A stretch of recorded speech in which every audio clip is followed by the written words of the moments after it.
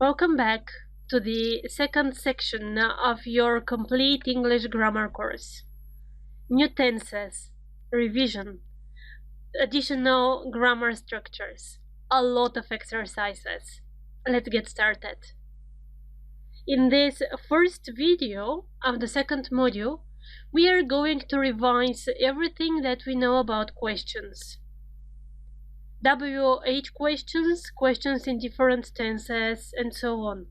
Plus, we'll speak about how a question with a verb plus preposition is formed. Enough theory, let's get started. So, here is your sentence. I want you to think about the question whose answer is a book. Alright, what is she reading? She is reading a novel. What is she reading? She wears glasses. Question. What does she wear? Present simple. She wears glasses. What? They went to the park. To the park is the answer. Past simple. Where did they go? Go, went. Where did they go? Another one. They are going to sell the house. Going to sell the house. Okay, so this is present. This is be going to, right? What are they going to do? They are going to sell the house. She was at the party. At the party. Where was she last night? Past simple. Question the verb to be. Where was she last night? Where is the question word. So all of these examples were on grammar structures that you know. The rules you know also. If you have any problems with the formation of questions in present simple or present continuous or past simple or be going to, please come back to the previous section, find the videos that you have missed and watch again. So, the new things. He lives with his parents. The answer is with his parents. Good, but we have the preposition with. So the question will be, who does he live with? Who does he live with? With his parents. You see, the preposition goes at the very end of the sentence. With at the end. Who does he live with? Question in present simple. Another example. They are talking about the latest news. They are talking about the latest news. Try to do it by yourself first. The first step, the tense, they are talking, present continuous. Then, preposition, about. The question word, what, which means what are they talking about? What are they talking about? The rule. When we have a verb plus preposition, remember, the preposition always goes at the very end. What about? Who with? Who for? And so on. And in order to practice, of course, we have the exercises prepared. Let's check the PDF first. Alright, 2 exercises. The first one, write the questions. The second one, write the questions. Be very careful. Try to understand what's the logic. Think about the tense. Check if there is a preposition or not. And what kind of question you need. See you in the answer section. I hope the exercises were easy, so let's check them. Questions. You noticed that in the first exercise, the questions are the simple ones. There isn't a preposition included. Whereas in the second exercise, you have to think about the preposition as well. Good. She lives with her parents. We need a yes or no question. Present simple. So, does she live with her parents? Yes, she does. No, she doesn't. After that, they traveled by train. Past simple. The answer by train. Question how? How did they travel? By train. We are going to school. We are going to be going to question. Where are we going? We ask about the place. He is going to live next door. Next door, be going to. We are asking again about the place. Where is he going to live? She likes seafood. Seafood is the answer. She likes. Preference in general, present simple. Good, so the question is what food does she like? Does she like? Present simple question. They are at the cinema. They are the verb to be. At the cinema we ask about the place. Where? Where are they? The second exercise. They are waiting for Mary. Wait for, verb plus preposition. They are waiting, so the tense is present continuous.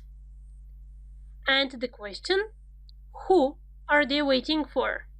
Who, the question word, the preposition at the end. Who are they waiting for?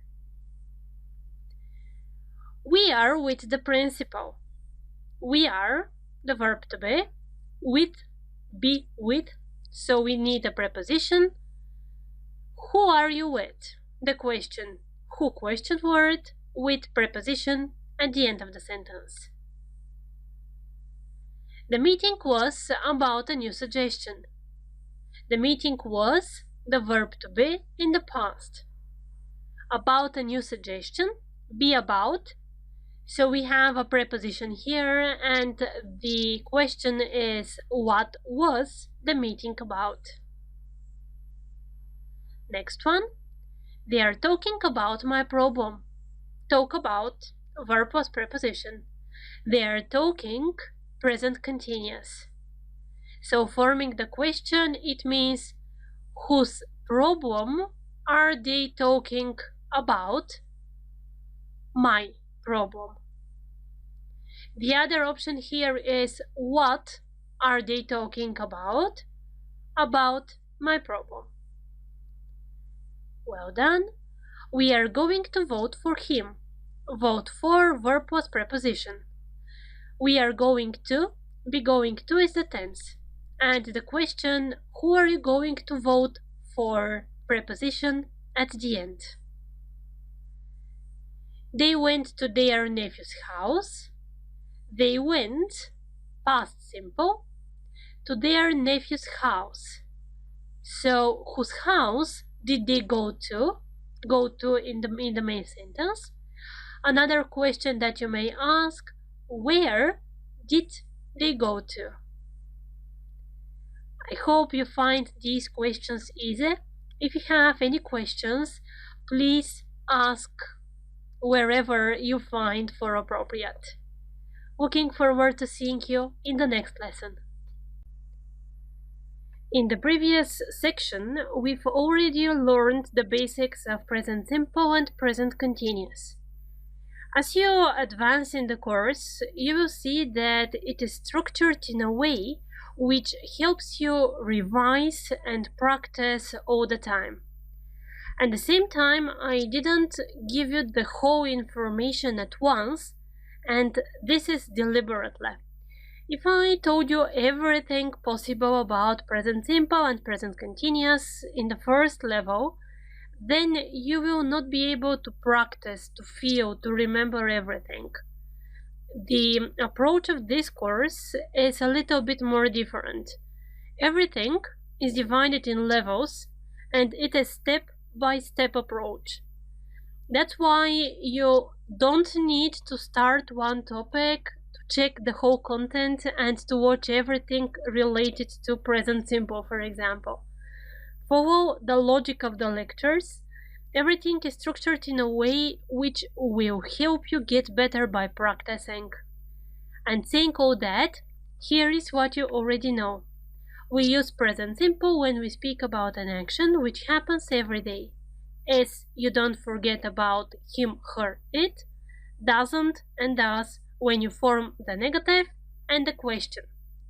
By contrast, present continuous, you're speaking about something which is happening at the moment of the action. Okay, these are the basics. What is the new part now?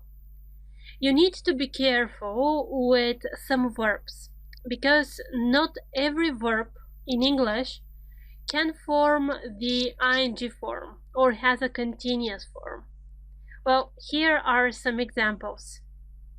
I don't agree with you now, but you can't say I'm not agreeing with you. So the correct one is I don't agree with you. After that, I don't believe you, not I'm not believing you. I don't believe you. It depends on the weather, not it's depending on the weather. It depends on the weather. It doesn't matter if the situation is happening at the moment or you speak about something in general. It depends, not it is depending. After that, he deserves to succeed. Deserves, not he's deserving. I disagree with you, not I'm disagreeing with you. I disagree with you.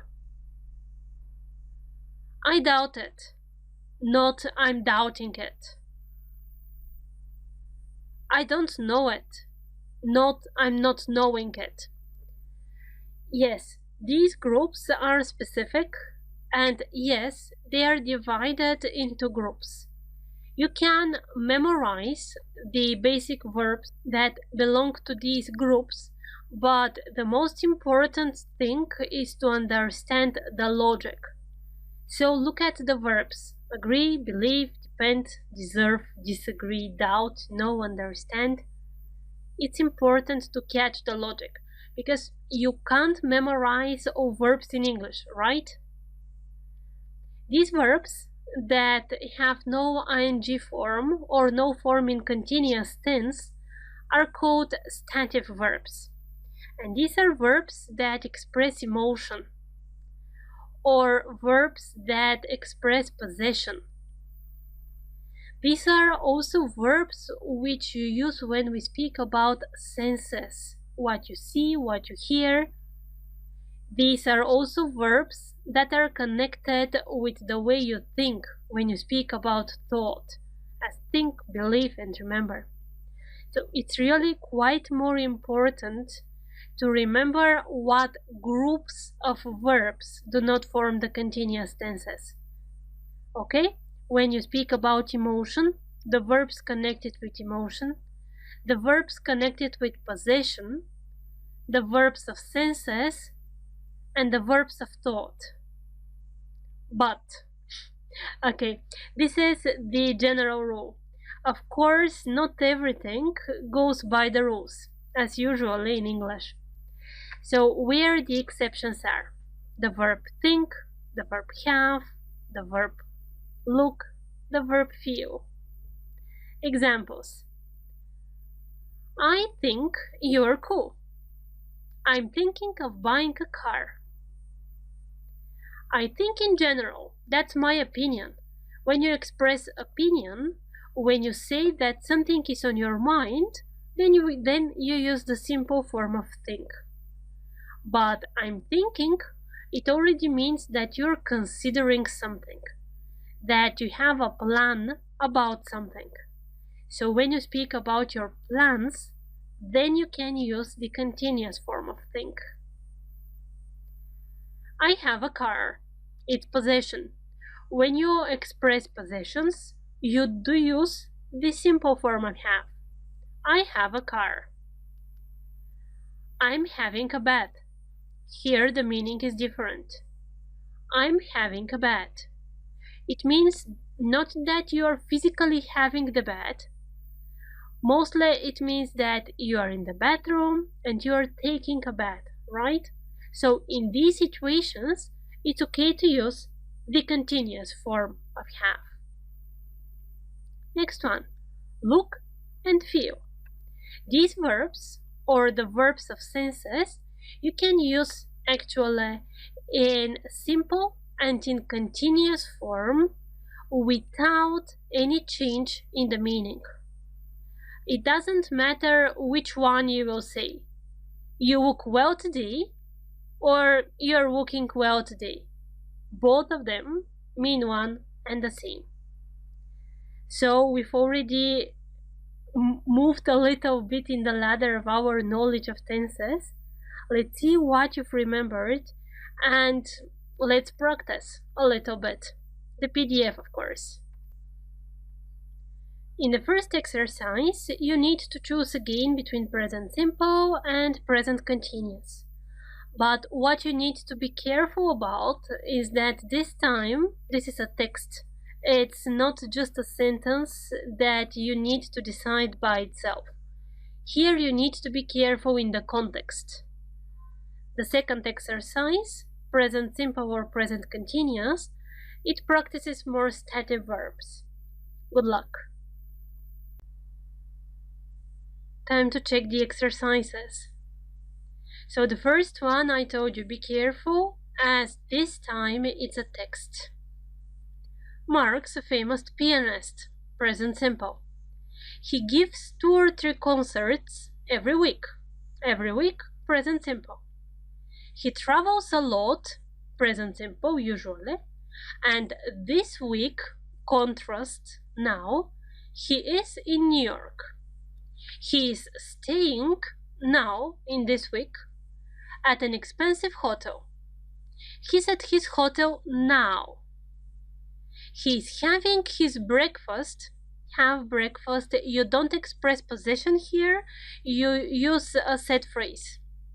He's having his breakfast in the dining room.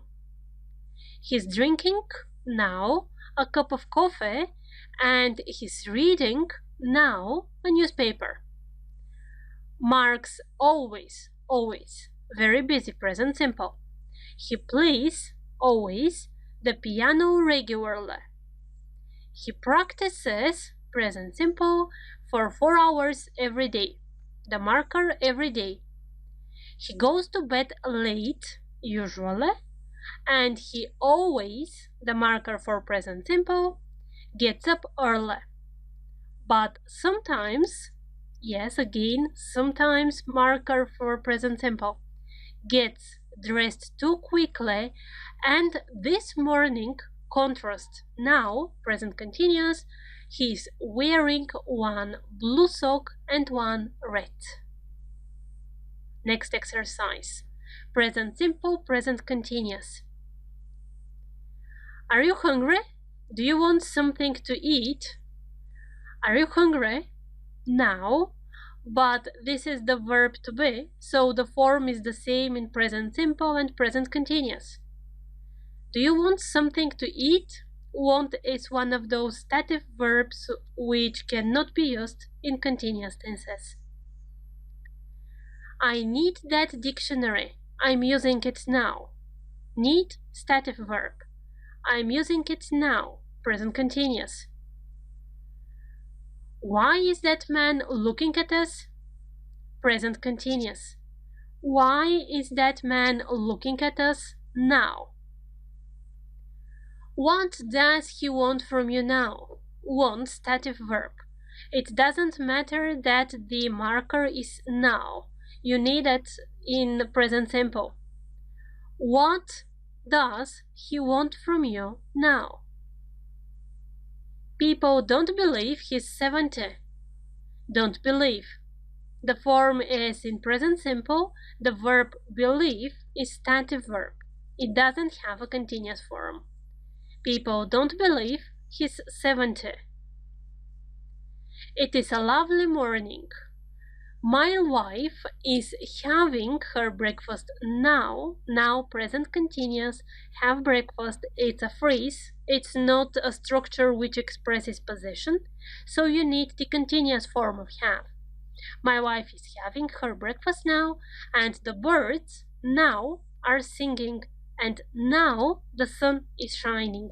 Present continuous again. You see that the exercises are getting a little bit more difficult. If you have problem with something, now is the time to come back and to revise. Or of course, to leave me a question and I'll get back to you. See you in the next video.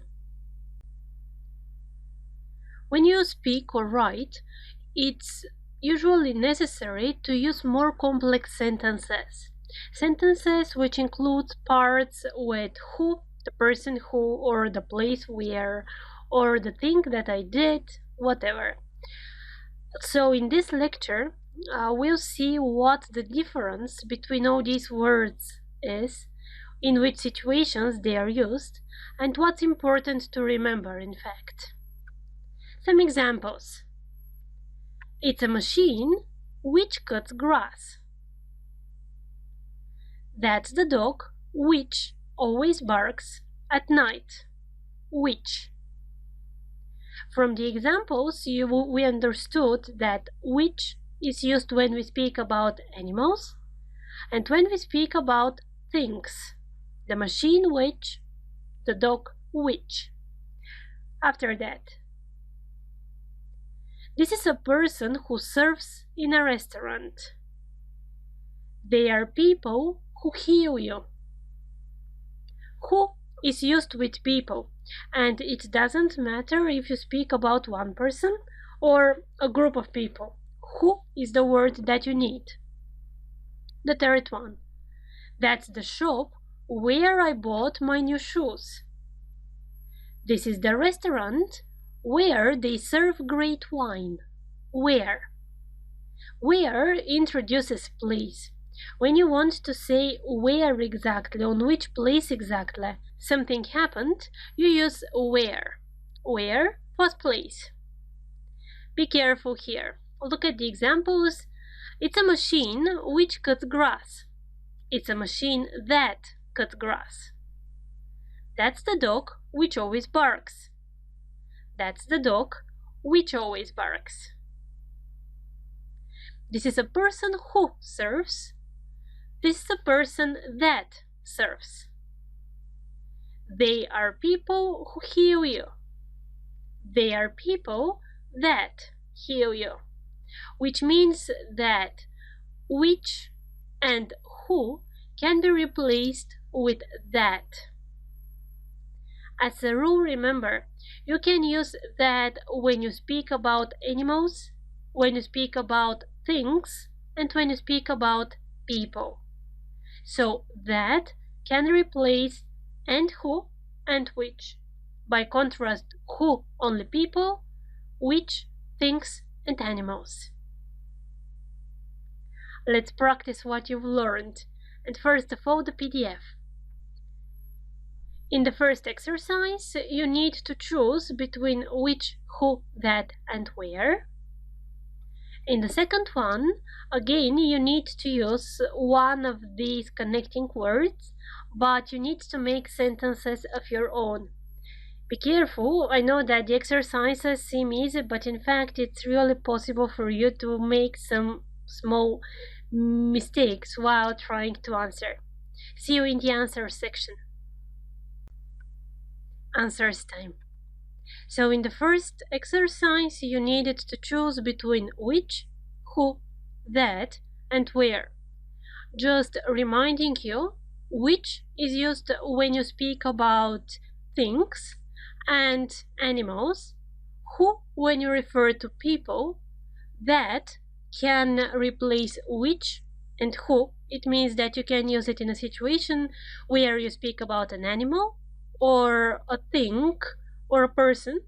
Where is used when you speak about places. So let's see the answers. A hotel is a place plus where people stay. A dictionary is a book book think, which gives definitions. That's the girl who or that person, person plus who or person plus that, who works in a restaurant. A restaurant is a place, place plus where you can eat. Lions are animals, animals plus which live in Africa. A chemist is a shop, place plus where you can buy medicines. They are the children, people plus who or plus that, who broke my window. The second exercise, sentences of your own. So, the girl who was injured in the accident is now in hospital. The girl who, the girl that. This is the situation in which you just want to combine two sentences and to form a more complex one. Well, in these situations, who, that, which, where are really useful. A waitress served us. She was very kind. The waitress who served us was very kind. Person plus who or person plus that. This is the room, place, plus where. This is the room where we have our meetings. A bus which goes to the station runs every hour. Bus, think plus which. Or the bus that goes to the station runs every hour, the same. This is just our introduction to relative clauses. That's how they are called as a grammar term. There is some additional information that I will give you a little bit later. Just follow the approach of the course. Do not try now to remember everything. Follow the lectures, do the exercises, and you will really have great results. Promise you. See you in the next lecture. Past simple is something that we also spoke about in the previous level. Do you remember that then I gave you 40 verbs, the main verbs? Well, now is the time to, let's say, expand your knowledge a little bit. In the section after this lecture, you will find attached a list of modal verbs plus cards that will help you memorize the pronunciation and the forms of a lot of more verbs. This time I want you to remember the 3 forms. So learn by heart the 3 forms of the modal verbs. Why 3 and when are we going to use the 3rd form? You will understand in a few lectures. But please start memorizing. These forms you need by heart. Almost no logic here. And I hope that the example sentences will be really helpful, because on this way you can put a verb in context and see how actually the forms are formed and how they are used in real life. Also, you will find a PDF with your exercises, which means please go and check the PDF by yourselves, because what we are starting with now are the answers of the exercises. In order an exercise to be really useful for you, what you need is to do the exercise on your own and to check it only after that.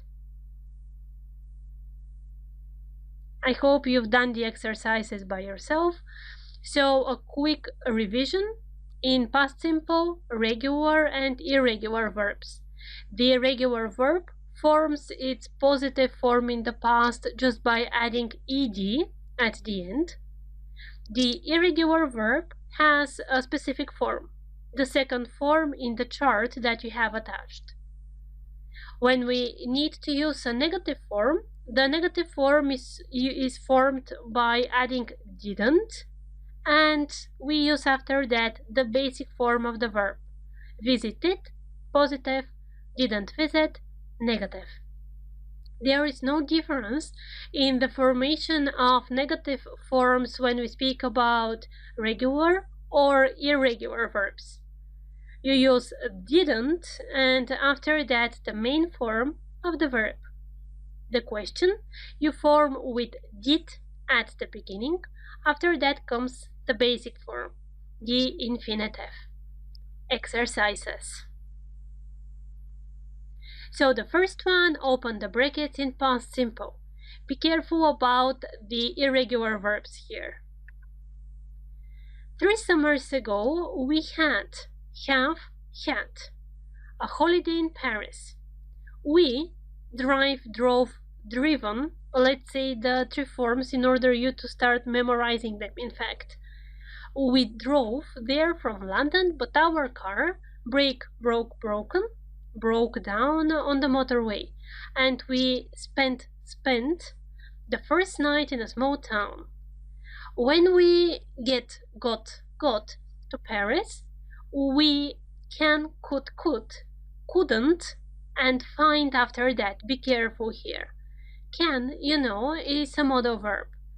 After a modal verb, you need the infinitive. Can in the past, could. Negative, couldn't. And the same rule applies. Couldn't plus infinitive. Couldn't find. A good hotel. They were, was, been. The plural form in the past were. They were awful. We didn't know what to do. No, knew, known. But here we speak about the past in negative verb form. So we need didn't plus the basic form. We didn't know what to do in the end, and we found a bed and breakfast, and we stay, regular verb, stayed there for the week.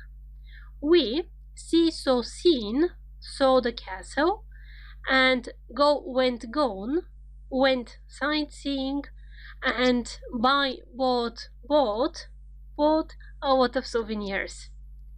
We, regular verb want, we wanted to go to a lovely lake nearby, but we didn't have had much time, and it, second form, was far away. When it started, regular verb, when it started raining, we went back to the hotel. I hope the exercises was really easy for you. Again, open the brackets in past simple.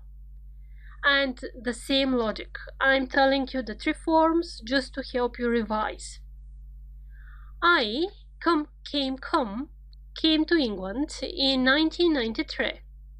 She stood under a tree to shelter from the rain. They did their homework yesterday. We sang too much last night. I have a sore throat. He already eaten. He already ate all the cake. The child fallen off his bicycle. Fell off. It took 3 hours to drive to Paris. I found your keys under the table. She she got a new bike for her birthday. She sold. She sold her house last year. One more. We went to New York in January. Finally, my mother let me go to a party. It was cold last night. I met John at the weekend. Lucy paid the bill before leaving the restaurant. We seen. We saw the new film yesterday. She wore, worn. She wore her new coat to the party. I thought. I thought my football team would win. They put. They put their bags in the bedroom. Billy ran after the bus. Good beginning. As an attached link, you will find a cute song which is very popular on YouTube, in fact, and it has been shared millions times on Facebook. Probably you've seen it, but I think it can help you as well memorize the irregular verbs in a little bit less standard way. Good luck with learning irregular verbs, and see you in the next section, where we will start with another tense about the past. See you! Time for one more tense, past continuous. So first, how this and the next two lectures are structured. In this one, we'll pass the whole theory, everything that you need to know at this level for past continuous. In the next video will be the exercises, only the exercises, and in the one after that is the comparison between past simple and past continuous. Let's get started. Some situations first. Yesterday, Mark and Anne played basketball. They started at 9 and finished at 11. At 10:30, they were playing basketball. Were playing. One more situation. We had dinner from 6 to 7 p.m. yesterday. At 6:30, we were still having dinner. We were still having dinner. What's the situation like? So let's take the last example. We started dinner at 6. We finished at 7. The whole action refers to the past. It happens in the past. And at 6:30, we were still having. We were in the middle of the action. We were in the progress of doing that action. We were having dinner at 6:30. The forms. I was traveling. You were traveling. He was traveling. She was traveling. It was raining. We were traveling. You were traveling. And they were traveling. What you probably noticed is that the forms of past continuous are quite similar to the forms of present continuous. The only difference, in present continuous, we use the present forms of the verb to be, logically. In past continuous, we use the past forms of the verb to be. After that follows the verb plus ing. After we know how the positive structures in past continuous are formed, let's see the negative and the question sentences. I wasn't traveling. Was negative wasn't plus verb wasing. We weren't traveling. Were negative weren't plus verb wasing. And the questions, was he traveling? You change the places of the verb to be and the pronoun. Was he traveling? Were they traveling? The short answers, yes he was, no they weren't. Wonderful. Let's understand when exactly this tense is used. The situation again. Ben was watching TV when we arrived. Ben was watching TV when we arrived. An action in progress. Ben was watching TV. When we arrived, something else happens. The first action, the action in past continuous, started before the action in past simple and continued after that. So when we speak about an action which takes a period of time in the past as past continuous, we use this structure, the structure of past continuous. Ben was watching when something else happened, when we arrived. Another example. I was walking home when I met Anne. I was walking, an action in progress, when something else happened, when I met Anne. An action in progress interrupted by another action. This another action goes in past simple. The first action, which is in progress, past continuous. While we were talking, the phone rang. While we were talking, while after that we always have an action in progress and we always need continuous tense. While something was happening. While we were talking, something else happened. The phone rang. Remember these schemes? They're really useful and it's easy to understand the tense just by checking the scheme. In short, past simple is formed with the correct past form of the verb to be, was or were, after that followed by the verb plus ing form, was, wasn't, and inversion in the question. We use it when we speak about an action in progress in the past. I was walking at 6:30. It means that I started before, I will continue after, and at that moment I was in progress of the action. Or the second situation, we use it when there is an action in progress which is interrupted by another action. In this case, we speak about the usage of past continuous and past simple. We'll practice all of these, don't worry. Just theory first. So see you in the next video where the exercises will be. Please check the PDF in advance. See you! As I've promised you, in this video we are doing exercises only. So I hope you've already checked the PDF and have done the exercises yourself. Have you?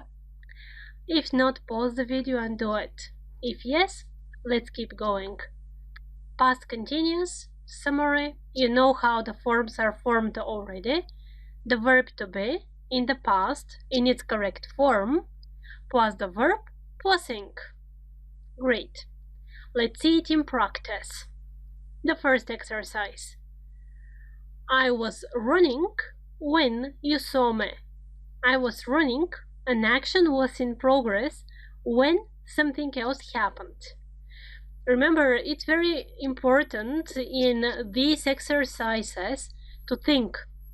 I mean, it's really easy you just to sit down and open the bracket in past continuous, right? These are the instructions in fact. But it's quite more valuable and important for you to think why in each of these situations past continuous is needed. Why is there a verb in another tense? And why we didn't use past simple, for example, here. So let's keep on and I'll continue explaining. The second sentence. They were waiting for the bus when the accident happened. They were waiting, an action was in progress when something else happened, when the accident happened. Tom and Anne were dancing at 8 p.m. It means at 8 p.m. they were in the middle of the action. The action was in progress. It had started before and it would continue after. But at 8 p.m. they were dancing. The action was in progress. Number 4. Anne wasn't eating a sandwich when Ben came. Wasn't eating, an action was not in progress when something else happened. Number 5. Question. What were Pete and Jessica doing when Mark phoned? Which action was in progress when something else happened? Were doing when Mark phoned. Number 6. Was Sally taking a photo when I phoned? Again question, again the same structure. A sentence in progress, past simple after that. Was Sally taking a photo? Was that action in progress when something else happened? Anne and Jane weren't talking, the action was not in progress when something else happened. When Tom fell in the river. Fell, 3 forms. You're studying the irregular verbs, right? So fall, fell, fallen. You will need the 3 forms quite soon. Please keep on studying. Second exercise. Sentences in past continuous. It was raining at noon. The action was in progress at that part of the day. What were they doing? Why was she running? Be careful with the spelling here. You have probably noticed that the spelling rules are the same as the spelling rules which we spoke about in the present continuous section. Running, double N. Why? Short verb finishes in consonant, vowel, consonant. He wasn't reading. Number 4. Number 5. What were we doing at that time? Question. 6. He wasn't watching a film at 4 p.m. He wasn't watching. 7. I was doing my homework at 6 o'clock. You see, in this exercise, for example, the accent is not on the context. So you can't understand for each and every sentence why exactly we need past continuous. The idea of this exercise is to practice the forms. 8. Where was it raining? Where was it? Question with question word. Where was it raining? He was shopping when I called him. He was shopping. Shop, be careful with the spelling. She was having dinner when we arrived. Now is the time to pay attention to something different. Do you remember it was several lectures ago when we spoke about stative verbs? Well, the same rules are here. These stative verbs do not have continuous forms. In general, it doesn't matter if we speak about present continuous, past perfect continuous, present perfect continuous, or whatever. The group of stative verbs do not have continuous forms. But you remember, have does not have a continuous form when it expresses possession. In our case, have dinner, it's not possession, it's just a phrase. So because of that, in this sentence, it's not a problem to say she was having dinner, an action was in progress, when we arrived, when something else happened. Ready for the next set of exercises? Past simple and past continuous. See you in the next video. So far, we know 2 past tenses, past simple and past continuous. Let's see what's the difference between them in context and how can we choose which tense we actually need. Examples, of course. The first one. I was walking home when I met Anne. I was walking, an action in progress, when something else happened, when I met Anne. When introduces past simple after that. Something was happening when something else happened. Another situation. While we were talking, the phone rang. You know this example. While something was happening or while an action was in progress, Something else happened. The phone rang. While, past continuous. Something else after that, past simple. While we were talking, they were playing. While one action was happening, another action was happening as well. While we were talking, they were playing. Past continuous, past continuous. Or, as a rule, we may say that while is used with past continuous when with past simple. But be careful here. This is just the basic rule, which, of course, unfortunately, has its exceptions. So, a little bit later, we will see in what situations these exceptions appear, but for now, remember, while, past, past continuous, when, in the past, past simple. And let's see the exercises. There are 2 exercises. The task is one and the same. What you need to do is to open the brackets using past simple or past continuous. Think for every situation. Think for the context. Try to imagine what is happening so it will be easier for you after that to speak. Because the idea of all of these grammar exercises is to make you feel more confident while you're talking, right? It's not the idea of just doing exercises mechanically. See you in the answer section. Good luck. Past simple or past continuous? Let's check your answers. The first one.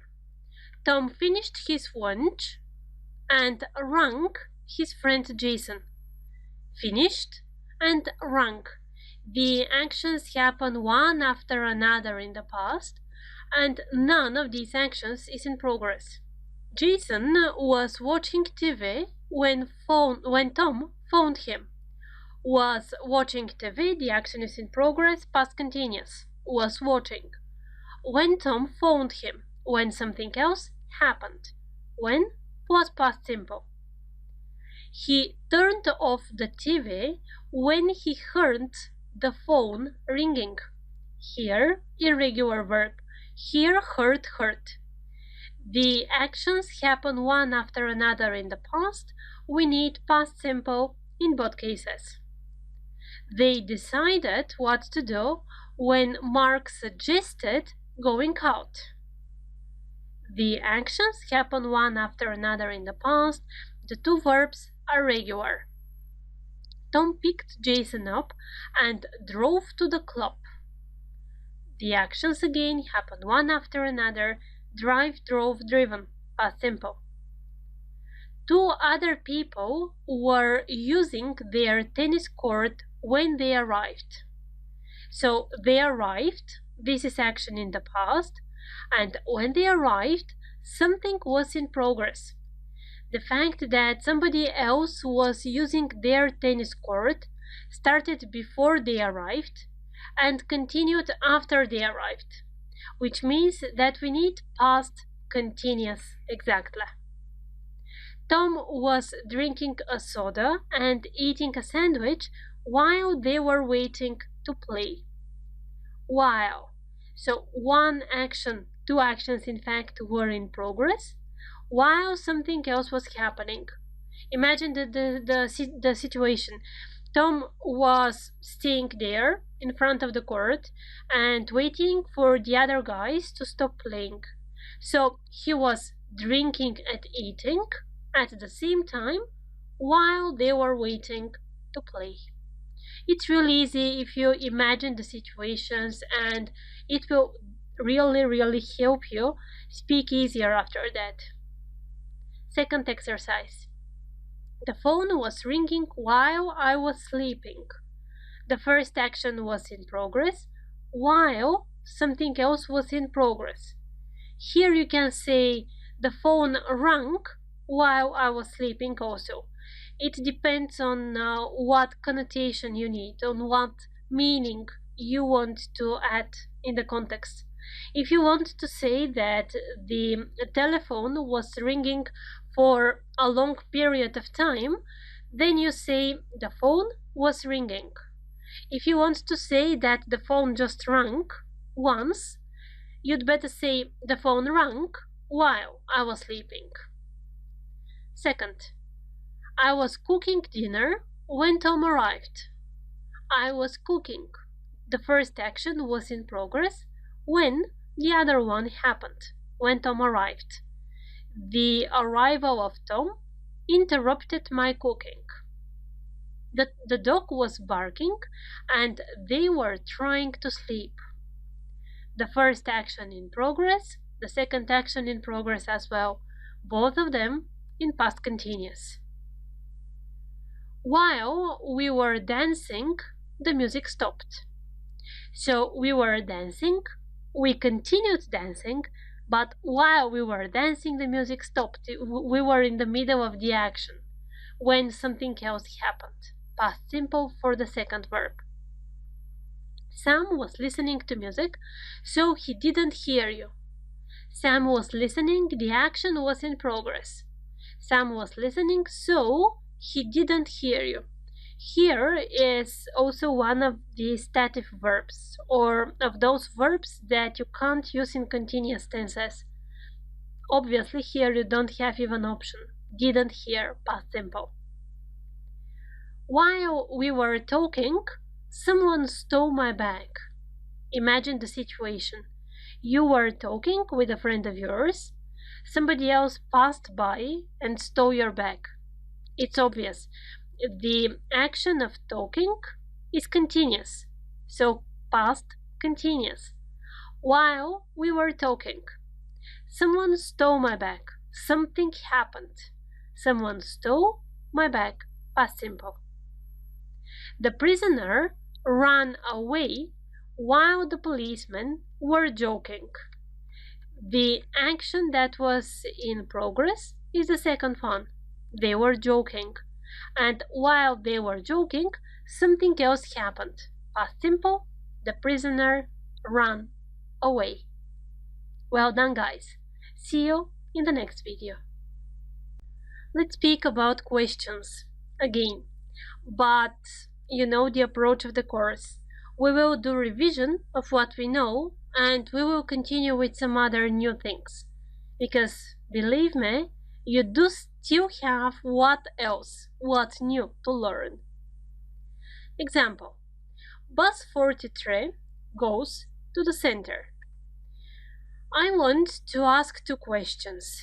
The answer of the first question will be to the center. The answer of the second question will be bus 43. Good. The first one, the center. Where does the bus go to? To the center. Go to, verb plus preposition, tense present simple. So it's clear. You need does, because we form a question in present simple for it, and the preposition goes at the end. Where does the bus go to? To the center. What about here? Bus 43 is the answer. Well, here the question looks like that. Which bus goes to the center? Bus 43. Which bus goes to the center? Not which bus does go. Okay? Which bus goes? Another example, and I'll explain after that.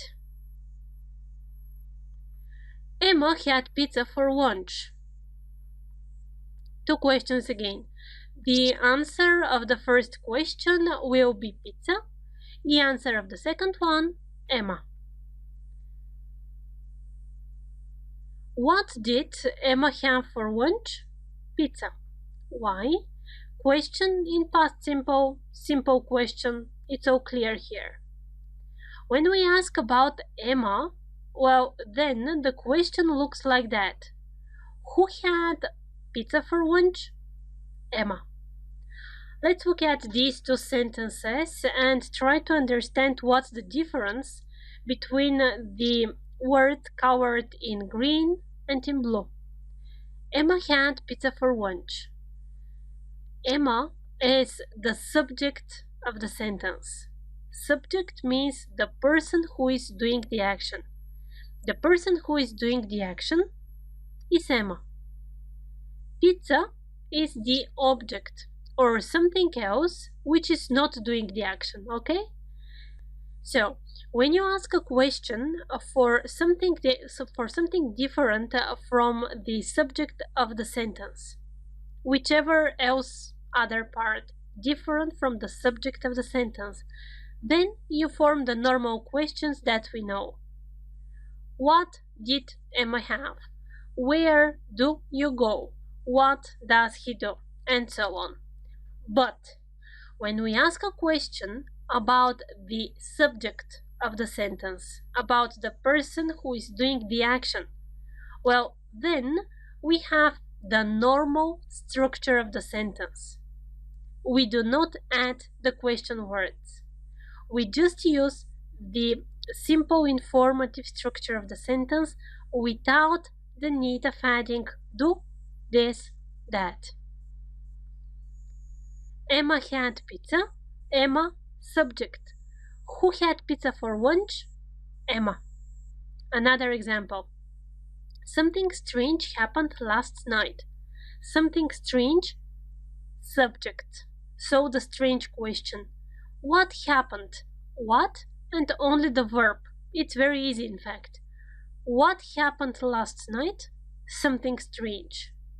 It will be wrong if you say, what did happen? No. Something strange, the answer, is the subject of the sentence, which means we need the question structured on this way.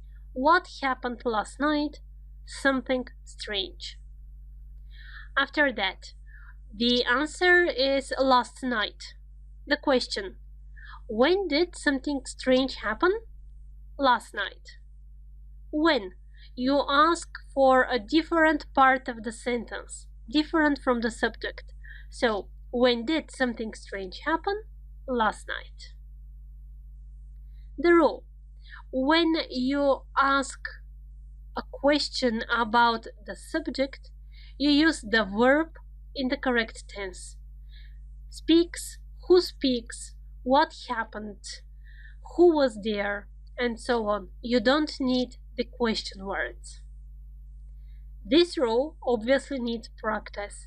So here are the exercises, 7 sentences you need to make questions. Pause the video, do the sentences, and let's check them together. Okay, the first one. Where were you last night? Simple question, we have the verb to be. Where, question word. Where were you last night? Who wrote that book? Who wrote that book? Because the book was written in the past. And you ask about the person who did it. You ask about the subject. So, who wrote that book? What is going on upstairs? Normal question be going to. When did she come back? Normal sentence in past simple. When did she come back? For example, she came back at 2. At 2 is the answer. But if the question is about she, yes, who came back at 2? She. She came back at 2. Here, of course, it's possible to say when is she going to come back? But the accent is just not on the tenses now. Okay? Number 5. Which train goes to Manchester? Which train is a question for the subject of the sentence. Which train? Train 1, train 5, the train at 9, and so on. If the question is about Manchester, then what? Yes, then where does the 5 o'clock train go to? You have the normal sentence in present simple. Number 6. Who visited you last night? Who visited you? Who was the verb in the correct tense? Past simple because of last night. But if the answer of the question is last night, yes. When did somebody visit you? Answer last night. When did visit? This is the normal way of forming a question in past simple. What happens at the end of the movie? In general, what happens? You ask about the subject of the sentence. There will be other exercises and we will continue practicing this one. If you need, find more exercises online now. The basic rule to remember: when you ask about the subject of the question, you need to use the verb in the correct tense. This is. You don't need to put do, did, does, and so on. See you in the next lecture. This is the first lecture in the whole course in which we'll speak about linking words, or in other words, how to combine our short sentences with the correct small words to make them meaningful, and how to choose between, in our example, so, because, but, and although. Let's look at some situations. She was sad because she failed the exam. Because she failed the exam, she was sad. So after because, we speak about the reason why something happened. She was sad because she failed the exam. Because she failed the exam, she was sad. They crashed because they were driving fast. Because they were driving fast, they crashed. Another example of because: after because you give the reason why something happened. They crashed because, and here is the reason, they were driving fast. They were driving fast, so they crashed. You see the difference? After so, we give the result of the action. They were driving fast, so they crashed. They crashed because they were driving fast. As a rule, because expresses the reason. After because you give the reason why something happened. After so, you give the result. Something happened, so what? Because they crashed because they were driving fast. They were driving fast, so they crashed. Another example. She wanted to cross, but she couldn't. She wanted, but she couldn't. Contrast. Or she couldn't cross although she wanted. Contrast this time although. Although she wanted to cross, she couldn't. Another way to express contrast again. I wanted to call you, but I was busy. I couldn't call you although I wanted. Although I wanted to call you, I couldn't. So, but and although are also used to express contrast. You wanted to do something, but you couldn't. Something needed to happen, but it was impossible. These small words, or the linkers, are that part of grammar which needs more feeling for the grammar actually, and which needs more exercises. That's what we are starting right now. The exercise is only 7 sentences. Check the PDF on your own. We are starting with the check right now. Pause the video, do the exercises. We are checking the sentences now. We couldn't wait for the bus, so we walked home. Although it was very hot, she was wearing a jacket. Contrast. She woke up, reason, because the dog was barking. If you want to use so in this sentence, you can say, the dog was barking, so she woke up. I wanted to talk to you, but your phone was off. Contrast. Although she's pretty, she's still single. Contrast. The show was not interesting, so I went to bed. Result. Or the same sentence, because the show was not interesting, I went to bed. Because it was a day off, all of the cafes were full. The same sentence. It was a day off, so all of the cafes were full. You see that with these linking words, there are a lot of options, and you can vary your way of talking, your way of expression, based on how good you are with these linkers. Extra exercise. Take these small words, so, because, but, and although, and write down sentences of your own. Waiting forward to reading your answers. And see you in the next video. In this video, I want to speak about the differences between on time, in time, and at the end, in the end. So let's see what these short words change in the meaning of the phrases. For example, let's meet at 11:30. Okay, I'll be on time. On time. Or, did you like the conference? Yes, it was well organized. It started and finished on time. Another example. Will you be at home in time for lunch?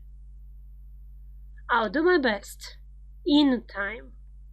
Try to catch the difference just from the sentences. Shall we manage it? Sure, we'll be just in time. So the difference. Here are the sentences that we used, and the sentences with on time, for example, yes, I'll be on time, it means punctual. Or the second meaning is something that is going up to the schedule. Something is going up to the plan. Then you say that something is on time.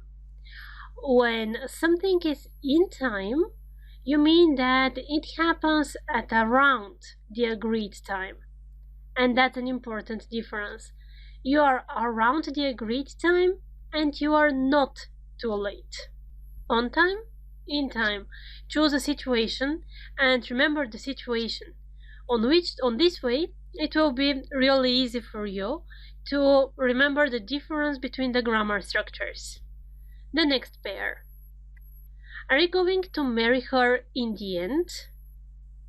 High time, probably. In the end. That was such a broken car. I'm happy we sold it in the end. I would never buy something like this, in fact. Congratulations. In the end. And the other one. How was the concert? Great. Everyone applauded at the end. At the end. Did you meet Derek? Yes, at the end of the game. And the differences now. When you use in the end, as in the sentences that we've already seen, you mean finally, or after a period of difficulties. Finally? Are you going to marry her finally? Or we finally succeeded in selling our car after a period of difficulties. When you say at the end, you mean after something is over. After the game is over, I'm going to see him. Everyone applauded after the game was over. Write these differences down, please, plus examples of your own. It's very important, all of these grammar rules, to be associated with examples that you know and that you can easily think of. This is actually the best way for you to remember new rules. The exercises. Check the PDF. you need to choose between in the end, at the end, on time, in time. Okay? So the first exercise, on time or in time. The bus was late this morning, but it is usually on time. The film was supposed to start at 8:30, but it didn't begin on time. Up to the schedule. I like to get up in time to have a big breakfast before going to work. In time, not too late. We want to start the meeting on time, so please don't be late. Up to the schedule. On time. He's always late at work. He's hardly ever on time. Punctual. The conference will start on time. Up to the schedule. Without any delay. Okay? And the second one. In or at. I'm going abroad at the end of the month. When you see of something, you always need at the end. You can't say in the end of the month. No, at the end of the month. I couldn't find a job for quite a long time. In the end, finally, I gave up. After a period of difficulties, I gave up. Is he going away at the end of September? At the end of. Of something at the end of. After something is over. I have no idea what she needs. I didn't buy anything in the end. So I had a period of difficulties. I was wondering what to buy and why not. Finally, I didn't buy anything. In the end. I'll be moving house at the end of January. At the end of. What did you do in the end? What was the final step that you took? Good. That was just to give you a little bit of power before we start with the next lecture. So see you, and yes, we continue with tenses. First we learn something, then we revise it, and after that add new things. This approach you already know. So in this video we are going to talk about present simple again, but this time present simple for the future. Let's see what it means. What you know so far are the forms of present simple, and these forms are the same regardless of the usage. It doesn't matter if we speak about something which happens every day or something that happens in the future. These are the forms that we are going to use. When we speak about the future, let's see what we mean in the context of present simple. For example, the plane arrives at 11:30, or the film starts at 9 p.m. The cafe opens at 11. She has a history class tomorrow. So what it means? Look at the sentences again. The plane arrives, the cafe opens, the film starts. It's what? It's timetable. When we speak about scheduled activity, or when we describe a timetable, we use present simple, and this is the future usage of present simple. The other example, she has a history class tomorrow. This is again fixed plan. This is your personal schedule, your personal timetable. When you hear schedule and when you hear timetable, please, from now on, think about present simple.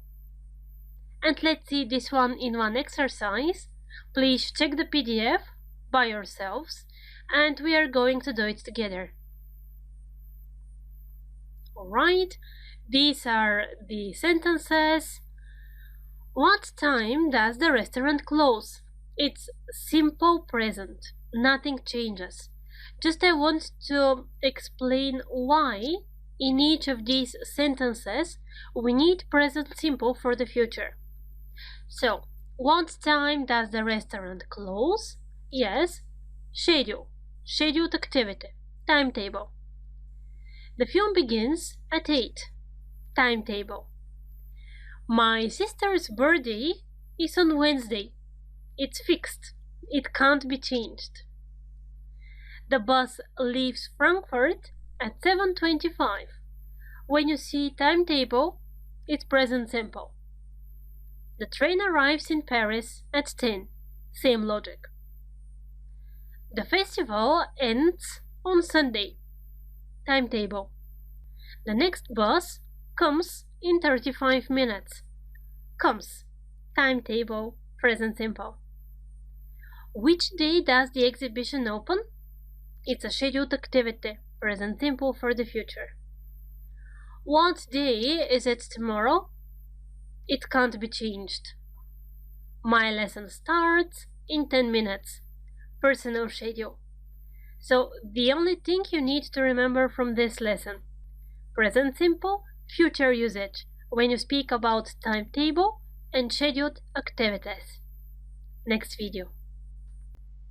After present simple, again, comes present continuous. This time with its future meaning. Let's see what it means. The forms first. You know them, just revising.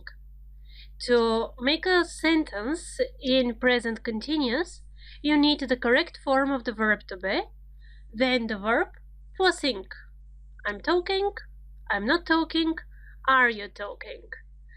The same forms, of course, are kept when we speak about present continuous for the future. So it's only the usage that we change, not the forms. Examples. I'm seeing some friends tonight. We are having dinner at their house next week. What are you doing tonight? Think for the usage. What is this? What's the common between all examples? They aren't coming to the concert. Did you guess it? Yes. With all of these examples, we speak about personal arrangements and meetings. I'm seeing, I'm having dinner, what are you doing, and so on. Personal arrangement. Remember this one. When you say, for example, that you have an arrangement with the doctor, you say, I'm seeing the doctor tomorrow, or I'm seeing some friends tonight. It's meeting. Personal arrangement, meeting. Again, it's important. And let's see it in practice. The exercise is in the attached PDF. Please do it, and we are checking the forms together. Again, plus explanations, of course, because it really matters. Okay? Where are you going? What's your arrangement? What's your plan? How long are you going for? Are you going with your family? Where are you staying? Are you visiting some interesting places? So here we speak about personal arrangements. It's very close to be going to. About the differences, we'll speak a little bit later. See you in the next video. Welcome to the next exercises lecture in our course. And as here we'll be doing revision plus exercises, please check the PDF by yourselves and let's get started. So the first thing I'd want us to do is to compare the future usages of present simple, present continuous, and be going to. Here are some sentences just to remind you the most frequent usage of these tenses for the future. For example, the plane arrives at 11:30. Present simple. I'm seeing some friends tonight. Continuous. I'm going to sell my car. Look at the sky. It's going to rain. Be going to usages.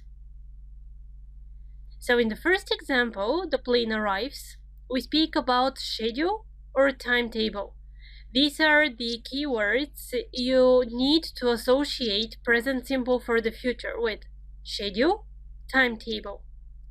After that, I'm seeing the doctor, I'm meeting some friends, I'm doing this and this tonight. When you speak about personal arrangement or meeting, you use present continuous. Then, I'm going to sell my car. I'm going to change my job. This is your plan. This is something which you thought about yesterday or last year or last week. Something that you are seeing now and something that is going to happen in the future because this is your plan. The last usage, you see something and you expect that something is going to happen, or this is be going to for predictions. Look at the sky, it's going to rain. There are some situations in which you can choose between present continuous and be going to, but here just keep in mind that in the grammar exercises, it's up to your understanding or up to finding the marker. When you speak, well, then it depends on what you want to say. In those situations, you can really choose the most appropriate structure up to your grammar knowledge. That's why it's important. So let's get started with the exercises. I hope you've already done them by yourselves. If not, now is the time to pause the video, to do the exercises, and to check everything together after that. Alright, the first one plus explanations, of course. We are going to the cinema tonight. We are going to the cinema. It's our plan. We are going to the cinema. Does the film start at 3? Timetable, present simple. Last night I spoke with Anne. We are going to visit Wien. So you spoke about something, you decided something, and this something is going to happen in the future. It's your plan for the future. Your shoes are dirty. Are you going to clean them? You see something and you expect something to happen. Be going to for the future. What time does the train arrive? Schedule, timetable, present simple. What time does the train arrive? I start my new job next Tuesday. I start, yes, it's personal schedule. When you use it, you need present simple. The second exercise. Take an umbrella. It's going to rain. The same situation as in the lectures, in fact. Imagine that you're opening the window, you're looking out of the window. You can see that there are clouds and you're saying, take your umbrella, it's going to rain. So you see something and you expect something to happen, which means be going to for the future. Attention please, the next race starts at 9:30. Scheduled activity, present simple. I'm going to the cinema next week. I already have a ticket. I'm going to the cinema. It's your plan or it's your personal decision. Here be careful with the verb go. It's really not common. It's in fact very rare to hear I'm going to go. Okay? People prefer just the short form. I'm going to the cinema. That's it. Why are you leaving? I'm going to have a rest. So it's your decision. You have a plan to do something. Okay? You thought about it and you decided that you're going to do it. Here, in fact, you can use one more tense, but we'll speak about it a little bit later.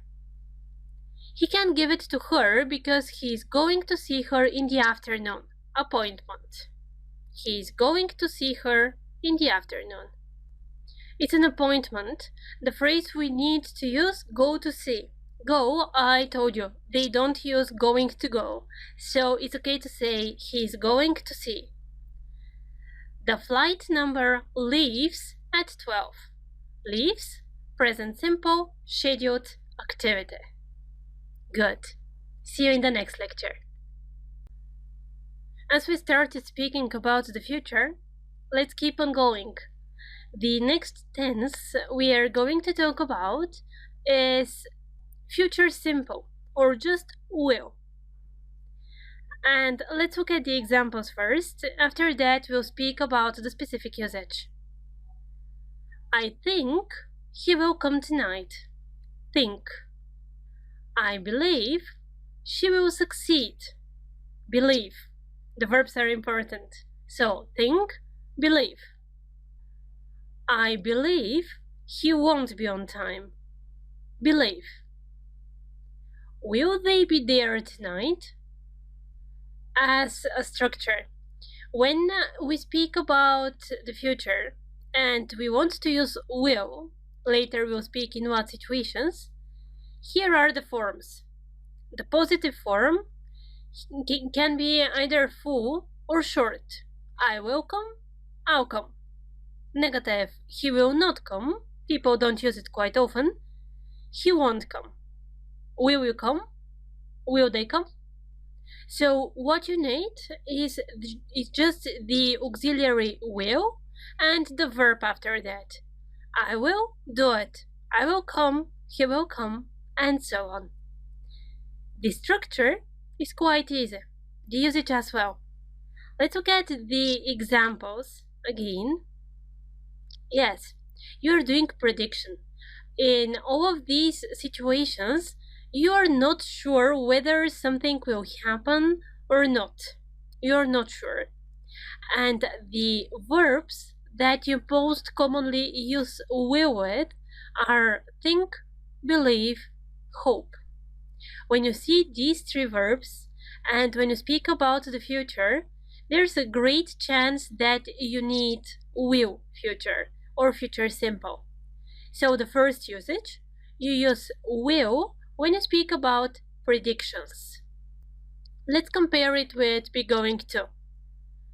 I think he will come tonight. Will, prediction. He called to say he is still at work. He is going to be late. So in the second case, you know something. And because you know something, you are sure that something is going to happen. When you use be going to, there is a high percent of certainty that something is to happen. Be going to is based on facts, okay? And the action is to happen. At least there is a high chance. Will, you express predictions with it. You speak about your personal belief, your personal hope, or your personal thought. I'll become a teacher, for example. But it's just a spontaneous decision. It's something just that you did right now. You're not sure. But I studied at university. I practiced a little bit. Now I'm sure I'm going to be a teacher. You see the difference? In the first situation, I just said something which is based on my thoughts, on my belief and my desires. In the second situation, I speak on something based on the facts. I predict that something is going to happen, considering what has already happened. Exercises. It's only one. Check the PDF or just pause the video now, do the exercise, and we are checking it immediately. Good. I hope they will come. Think, hope, believe. These verbs go with will. I hope they'll go. Look at those clouds. It is going to rain. Be going to, you predict something based on certain facts. It's going to rain. I think he'll pass his exam. Think, believe, hope. Verbs that are associated with will. I think he'll pass. He studies really hard. He is going to pass his exams. Fact. The fact is that he is studying really hard. Based on the fact, you say he is going to pass the exam. It's certain here. I believe he won't fail this time. I believe, hope, think, believe. These verbs go with will future. I believe he won't fail. It's just your belief. It's not based on true facts, at least not in the context. He's not paying any attention to the road. He's going to fall. Based on the facts, you predict what is going to happen in the future. He is going to fall. Be going to. The most important difference again, will, based on your beliefs, hopes, desires, and thoughts. When facts are included, you use be going to, when a situation is based on some certainty. See you in the next lecture where we'll speak about the other usage of will. So far, you know, when you speak about predictions based on your thoughts, beliefs, and desires, you use will or future simple. But that's not everything. In this video, we'll see what other usages of will it's important for you to know. Will for promises, offers, and decisions. Let's check it. Examples first. Oh, look at that hat. I'll buy it. Look over there, 2 tickets. Great, we'll go to the cinema. Let's compare with be going to. In be going to, you remember, there is a decision that was made before the moment of speaking. Then you say something in the present, and your decision made in the past is going to happen in the future. Okay, it's a process. You decide something in the past, you say it in the present, it is going to happen in the future. This is your decision. When you use will, then the situation is a little bit different. There is nothing that happened in the past. In fact, the whole action is in the present. In the present, you are deciding something, and in the present, you say that you will do something. Or, in other words, it's your spontaneous decision. And here is the difference between will and be going to.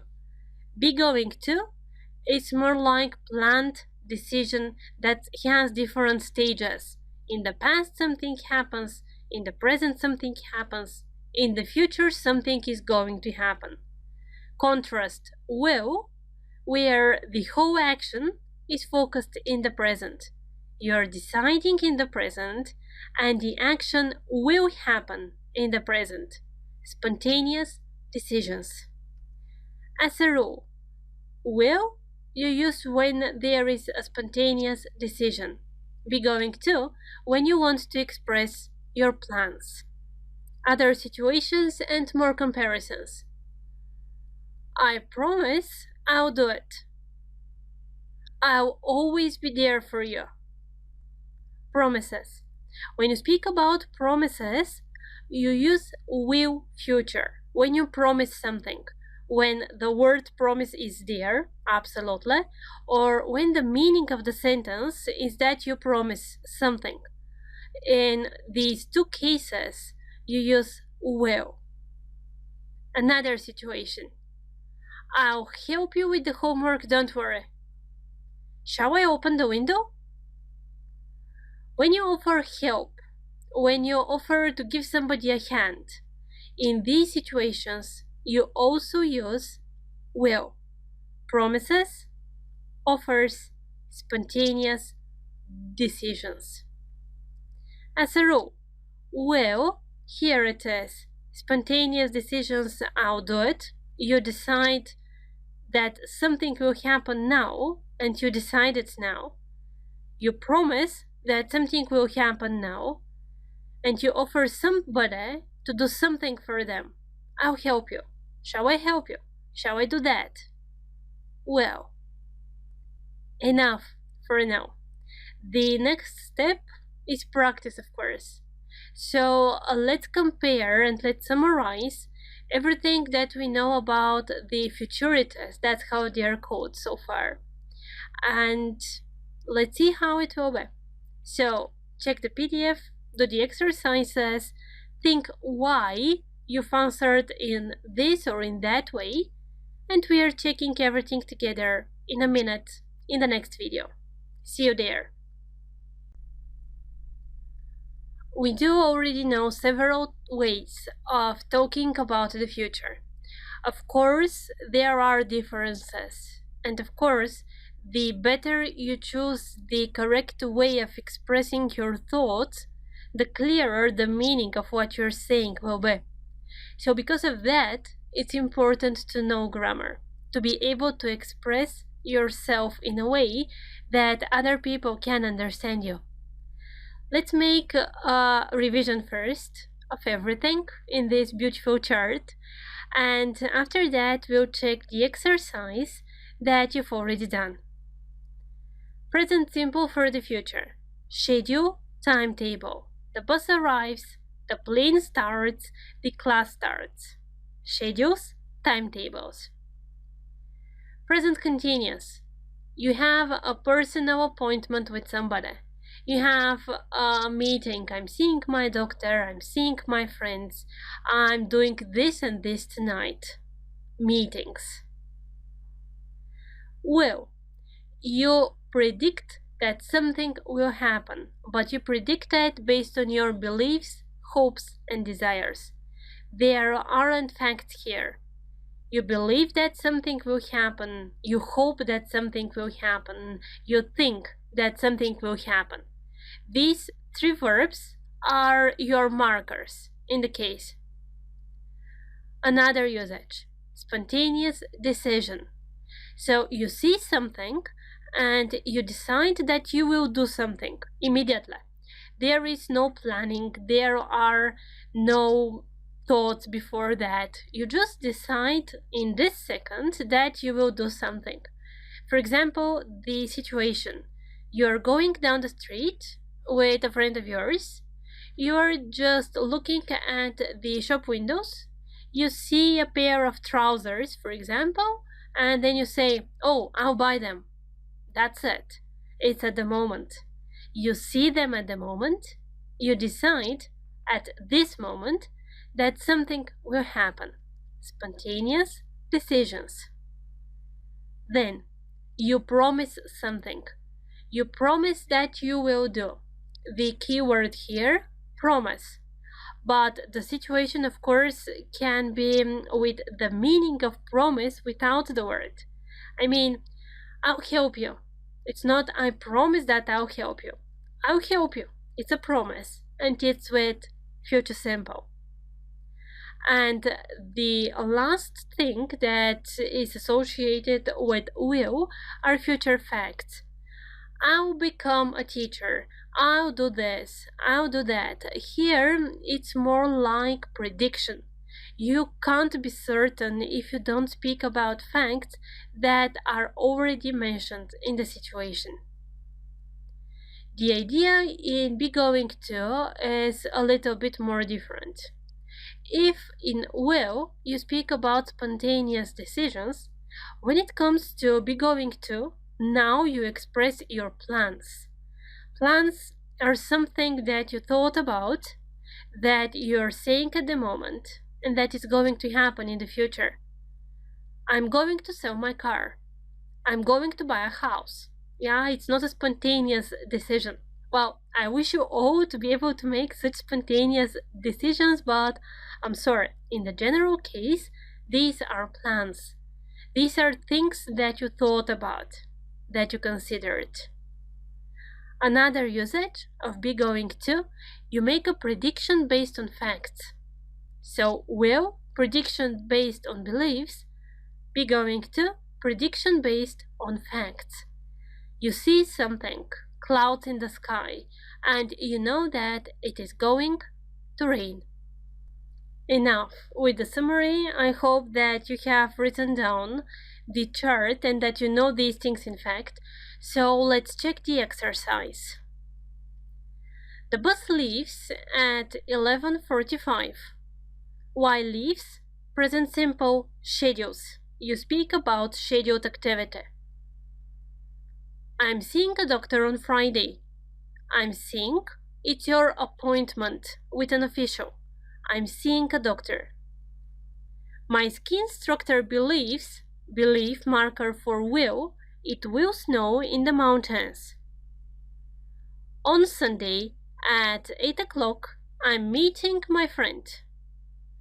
I'm meeting or I'm going to meet. In this case, both are possible. It's your plan, it's your personal arrangement. Wait, I'll drive you to the station. It's a spontaneous decision. You see somebody that somebody is walking down the street, for example. It's an acquaintance of yours, and you say, I'll drive you to the station. The English lesson starts at 8:45. Starts, scheduled activity, present simple. I'm going to see my brother in May. Plan, be going to. If you think it's just a personal appointment, I'm seeing. Both of the cases are possible. In fact, in spoken English, be going to is preferred as a form. When it's about something more official, in these cases, usually present continuous is used. Look at the clouds. It's going to rain in a few minutes. Look at the clouds. You see something, and based on what you see, you expect that something is going to happen. Be going to. Facts. Listen, there's someone at the door. I'll open the door for you. So this thing is happening at the moment, and you spontaneously decide that you will do something. There's someone at the door. I'll open it for you. I hope that after all of these exercises, the future activities and the tenses that are used for the way we express them are quite more easier for you. So see you in the next lecture, and don't forget that in the next levels, of course, again, we'll speak about the future. See you in the next lecture. In this and the other several lectures, we start talking about one new tense, present perfect. Usually, the first time when people start studying present perfect, they find it hard. They find it difficult to understand when exactly to use it, how exactly to use it. Well, actually, the logic of present perfect is simple. So just follow the lectures, and by the end of this mini series for present perfect, you have mastered it. So first, let's see an example in which present perfect is used. Past simple. I went to that restaurant yesterday. Present perfect. I have never been in that restaurant before. I have never been. Okay, looking at the first sentence in past simple, you can easily answer the question when. When did you go to that restaurant? The answer? Yesterday. I went to the restaurant yesterday. When you look at the other sentence, the sentence in present perfect, I have never been in that restaurant before, well, it's not easy to say when exactly the action happened. When did you go? When have you been? No. So the first thing that I want you to remember about present perfect is that it doesn't answer the question when. When you don't know when something happened, and this thing happened in the past, well, this is the first situation in which you need present perfect. About usage, we'll speak in details. First, let's check the forms of present perfect, the positive, the negative ones, and the questions. Let's start with the positive. So looking at the chart, you can see that the only difference is in the form of the auxiliary verb have. I have, you have, he has. Okay, so here first you're careful about the have or has. If you speak about him, her, it, then you need has. In all the other cases, you need have. After that, you need the third form of the verb, the irregular verbs. Do you remember? Well, now is the time to show that you have mastered them.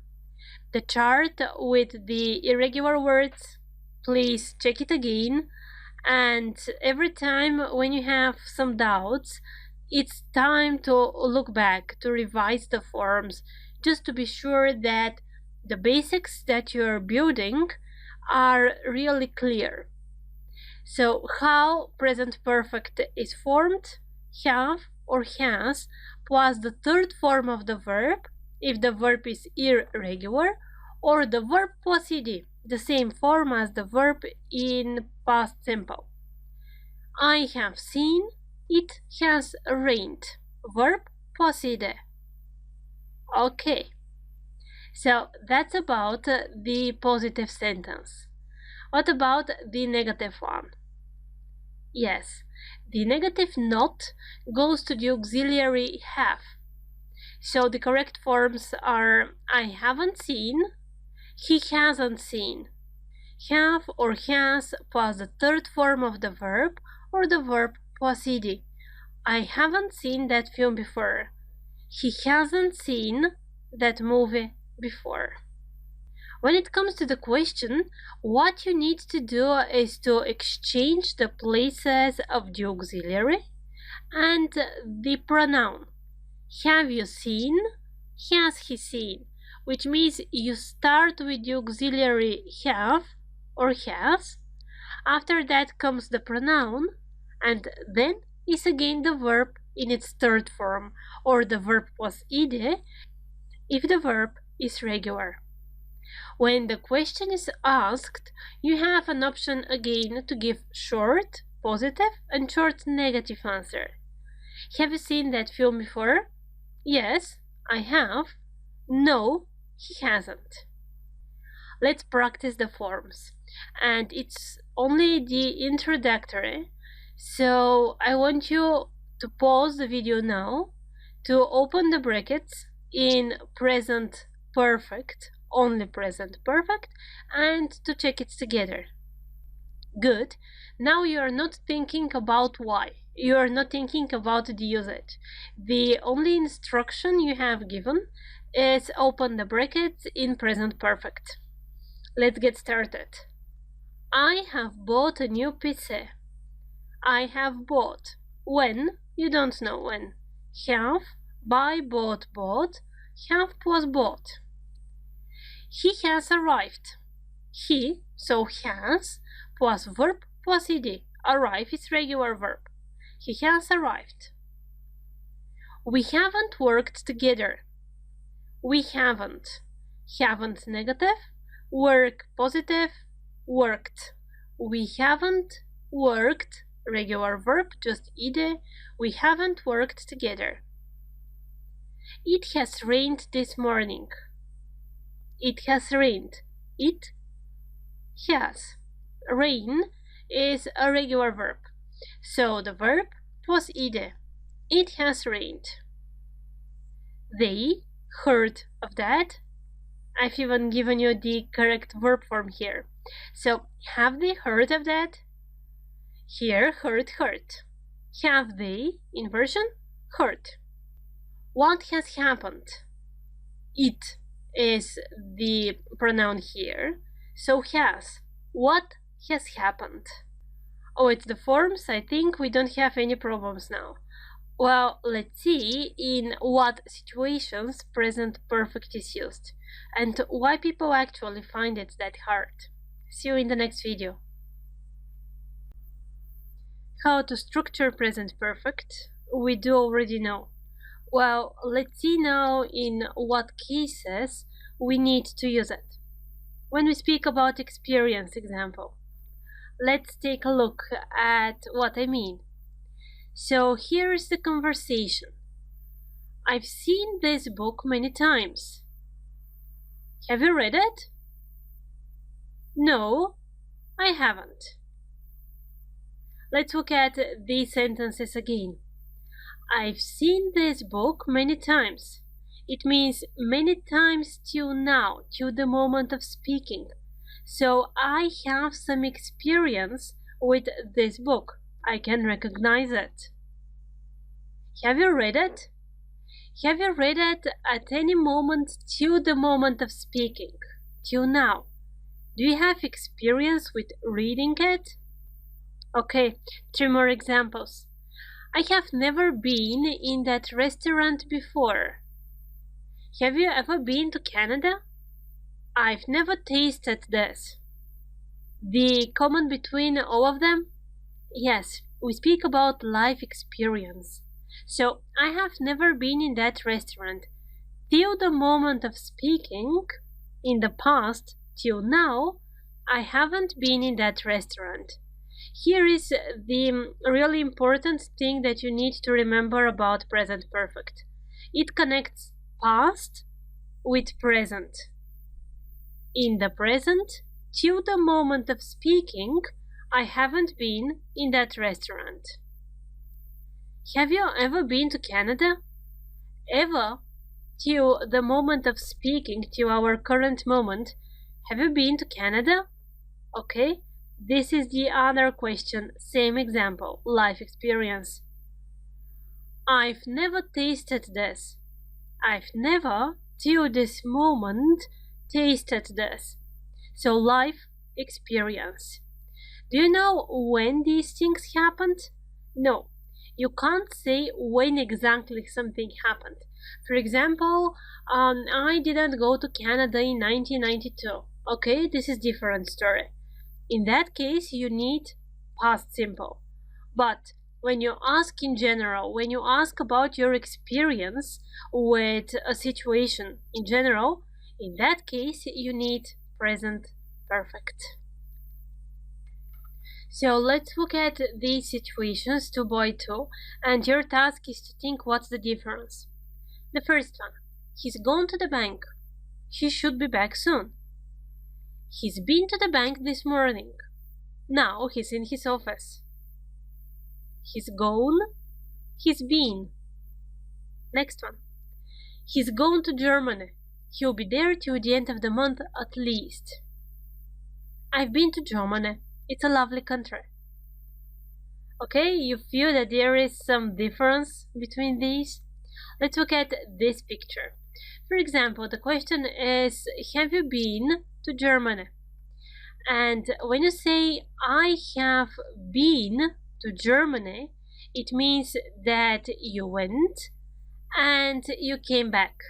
At this moment, you are in the country from where you started. I've been to Germany, I've been to Belgium, I've been to France. Now I'm in the country where I'm from. I've been to.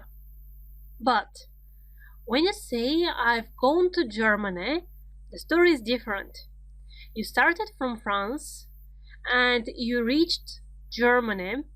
At the moment of speaking, you are still in Germany. He's gone to Germany. He's there. It's not clear when he's coming back. I've gone to Germany. So this is the difference between have been, have gone. It's one of the details a lot of students find problems with, or at least they don't remember that there is a difference between these two structures. In order to practice, let's do the exercise. Have been, have gone.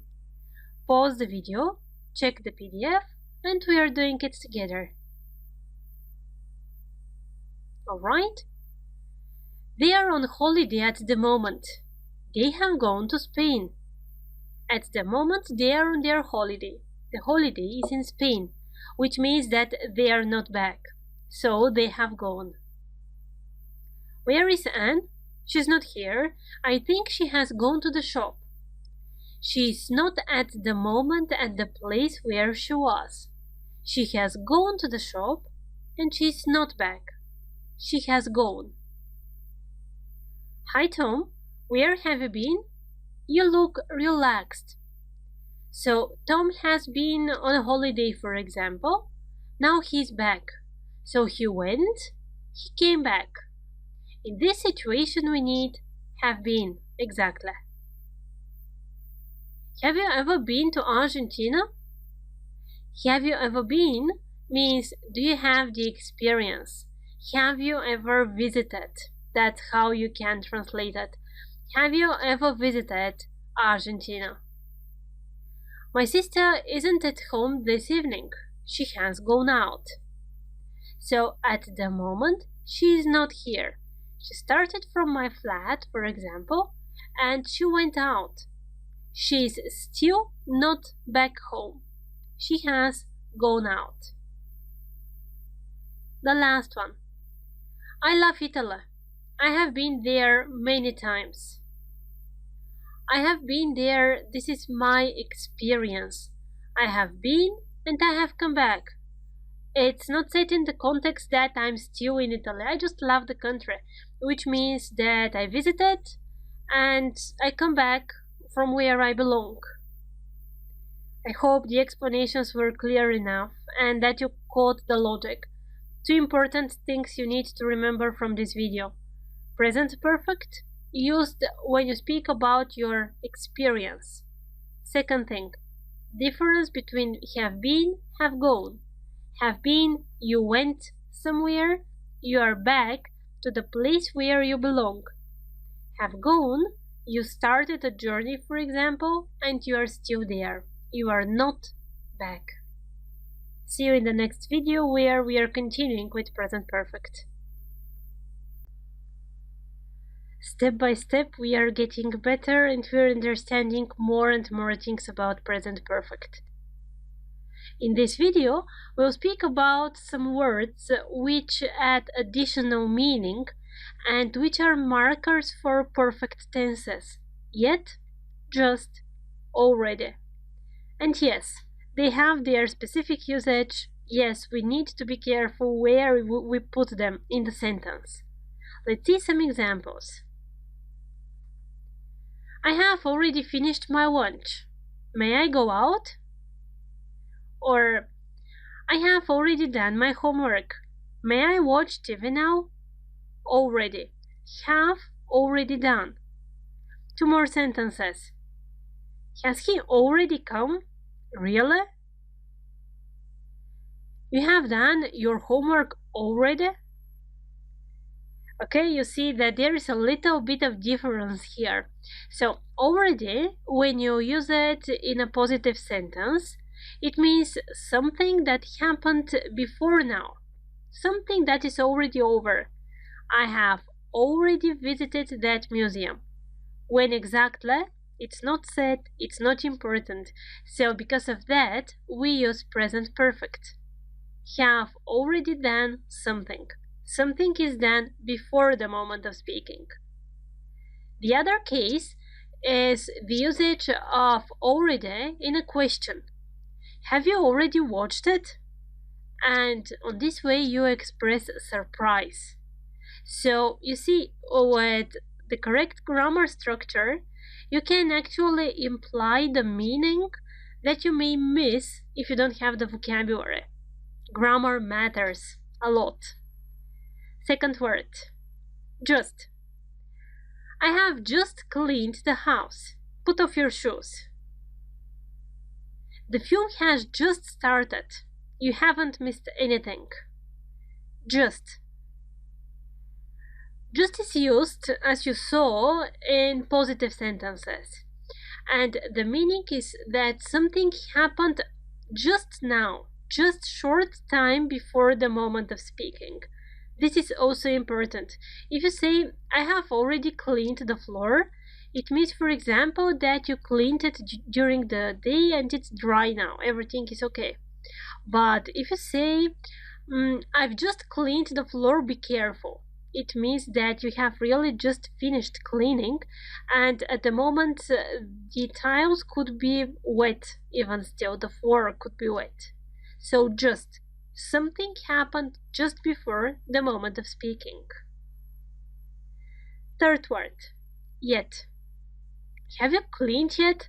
Come on, I'm waiting. No, I haven't cleaned yet. I'm starting. Or, have you done your homework yet? Come on, high time. No, I haven't started yet. In a minute, promise. So, yet has a nuance again. When you use it in a question sentence, you mean that the thing you are asking about was expected to happen earlier. You expected that the homework is done, or you expected that the floor is clean. So you expect something to happen earlier. When you use it in a negative sentence, I haven't been to Italy yet, you usually mean that you intend to do this thing soon, yet.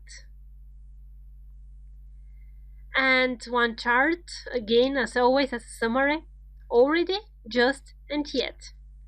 Already used in question and in a normal, simple sentence. Just only in positive, yet in question and negative. Summary: already is used when we ask if something has already been done at some moment before the moment of speaking. When you use it in a question, you express your surprise that something has already happened. Just only in positive sentence, it means that something has just happened, just before the moment of speaking. Yet, in a question and in a negative sentence, it means that something has not been done yet, but you intend to do it soon. So something hasn't been done, but soon you will do it. And the other situation in which you can use it, you just express surprise. With yet, you express your surprise that something has or hasn't been done. Exercises, it's only one. Check it in the PDF, and we are checking it after that together.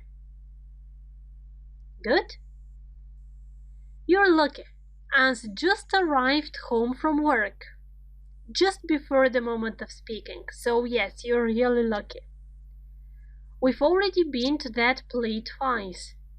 At some moment in the past, before the moment of speaking, that has happened. We've already been to that play twice. Has she opened the postcard yet? Or is she intending to do it soon? Yet. End of sentence. This is the other marker. Yet is used at the end of the sentence. They haven't come yet. Your boss has already tried to contact me several times. During the day, during the week, it doesn't matter. It's not exactly before the moment of speaking, but it is before the moment of speaking. He's just opened the door, I heard him. He's just opened right now, before the moment of speaking. So adding just, yet, and already on the correct places is really important. It may help you start expressing yourselves better. It may help you also paraphrase or add additional meaning to your sentences. Learn grammar. It's important. See you in the next video. Yes, again, present perfect. Welcome back. In this video, we will speak about the differences between for and since.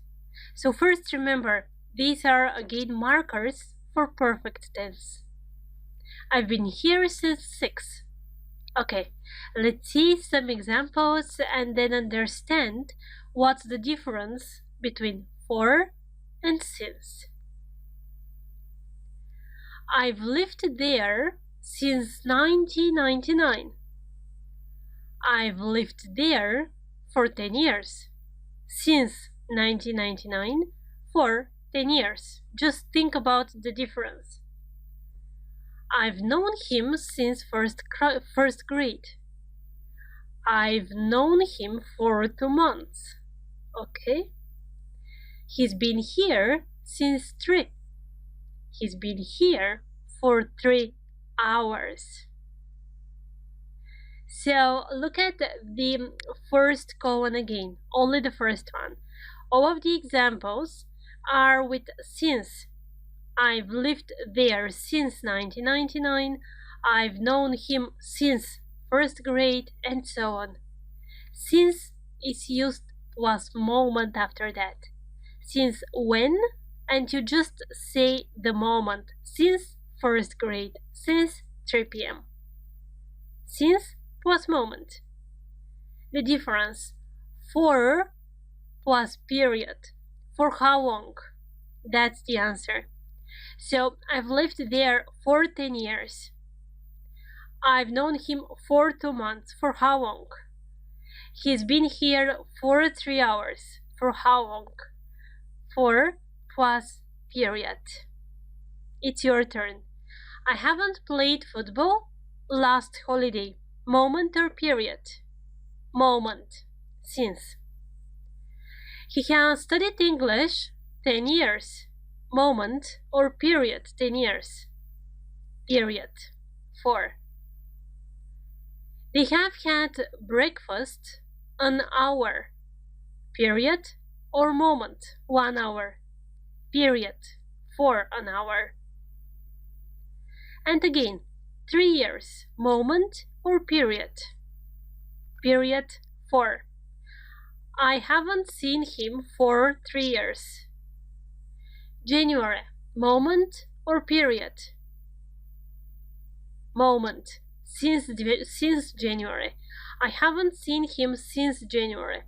If you want to make it a moment, a period, you need a month. I haven't seen him for a month. Last year. Moment or period? Since last year. Moment. Ages. Moment or period? It refers to a long time, which means for period. My parents' wedding. Moment or period? Since. Moment and a second. Yes, it's a short, but it's a period. For a second. So think for some other examples that you may add in these 2 columns. And I'm looking forward to reading your suggestions. See you in the next video. As you already know enough, in fact, for present perfect, let's compare it with past simple. So in this video, we'll make a revision of the basic rules, of the grammar rules that you know. In the next one will be the exercise. So let's first compare and see where the differences and the similarities are. I was at home last night. You know when something happened. When you know when something happened, yes, past simple. I've been there before. You don't say when exactly, it doesn't matter for the context of the sentence. You speak about your past experience. When you speak about past experience, in this situation you need present perfect. When was your visit to Spain? Have you ever visited Spain? So when the question starts with the question word when, then it's a marker that you need past simple. Ever is one of the markers for present perfect. Ever, never, recently, lately. So ever is marker for present perfect. With ever, you ask about experience. Have you ever done this? Or have you ever done that? Next one. How long was he married? He was married for 3 years. How long have you been married? We've been married for 3 years. Read carefully the explanation which is given in italic. Not married anymore when you speak about this in past simple, still married when you say the same sentence but use present perfect. And here is the other important thing for present perfect. The idea of present perfect is to connect past with present. It gives the linking between the past and the present. By contrast, past simple refers to the past, only to the past. Another sentence. Markers. These are the key words that will always help you identify the tense if you are not sure in one grammar exercise. When it comes to speaking, just be careful which structure you exactly are going for. That's why in order you to speak, you need to know grammar really well. On this way, you can form your sentences in the correct and, more importantly, understandable way. So, the markers for past simple: last year, yesterday, a month ago, a second ago, a minute ago, and so on. Present perfect. Here, be careful. Ever, never. Positive or negative sentence, positive or negative meaning, experience. Recently, lately, just yet, already. Just yet, already revise the difference if you don't remember something. For and since. For plus period, since plus moment. Okay. More. When you use past simple, the action, as I told you, happens only in the past, and it stays there. When you use present perfect, the action happens in the past and has a result in the present. It's connected with the present. So, exactly as on the chart below, present perfect is in fact the bridge between past and present. Theoretically speaking, everything seems well enough. Let's see what will happen in the exercises. See you in the next video with the exercises.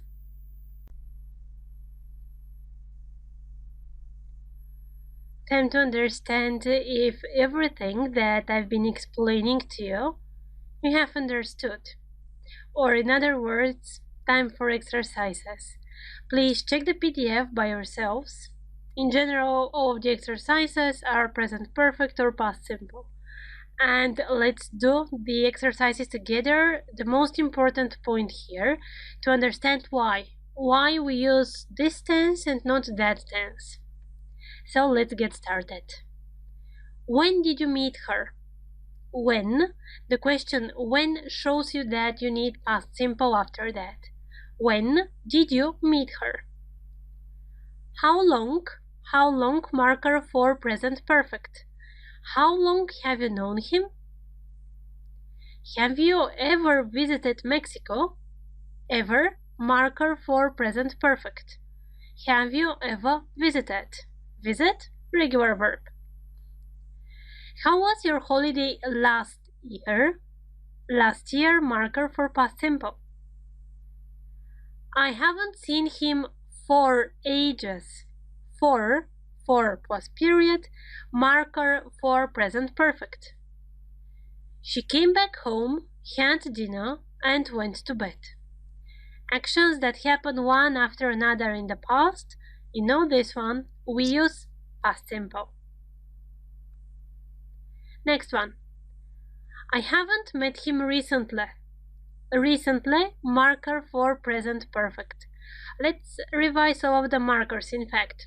So, when we use present perfect, we have ever, never, recently, lately, for, since, just, yet, already.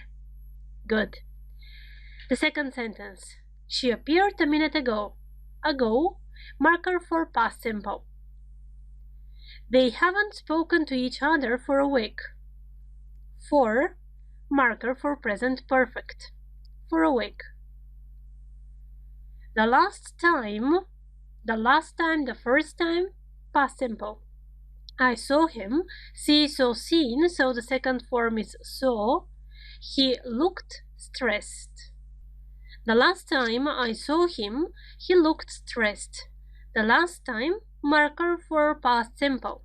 See, saw, seen, so we need here the second form irregular verb. He looked stressed, looked past simple, just ed. My sister has never spent a day out of the country. Never Yes, marker for present perfect. Spend, spent, spent. These are the forms of the irregular verb spend. So before we continue with the next exercise, I want to check one structure. Look at this sentence.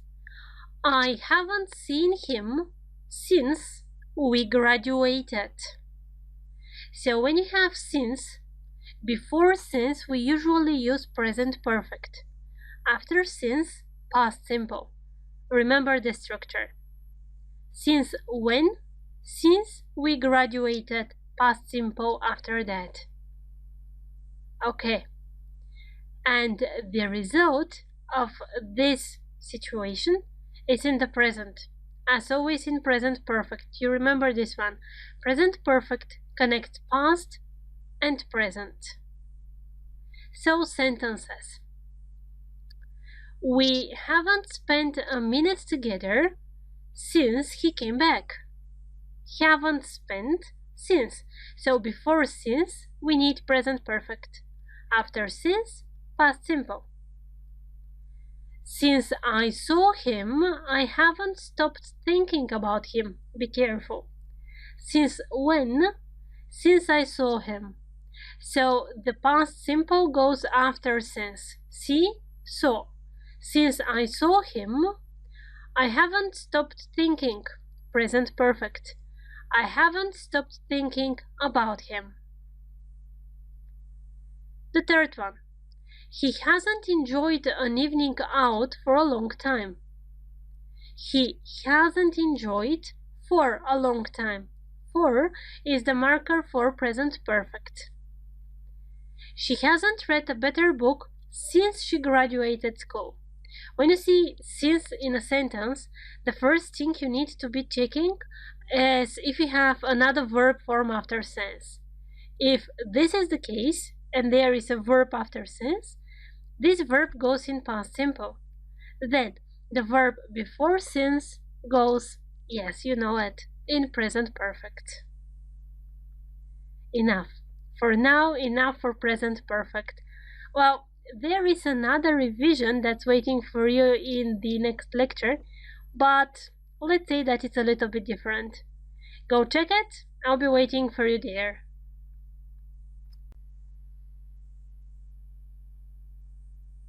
Before we continue with the other lectures, in which we are not going to talk about tenses only, I want to make a revision now. A revision of all of the tenses that we have learned so far.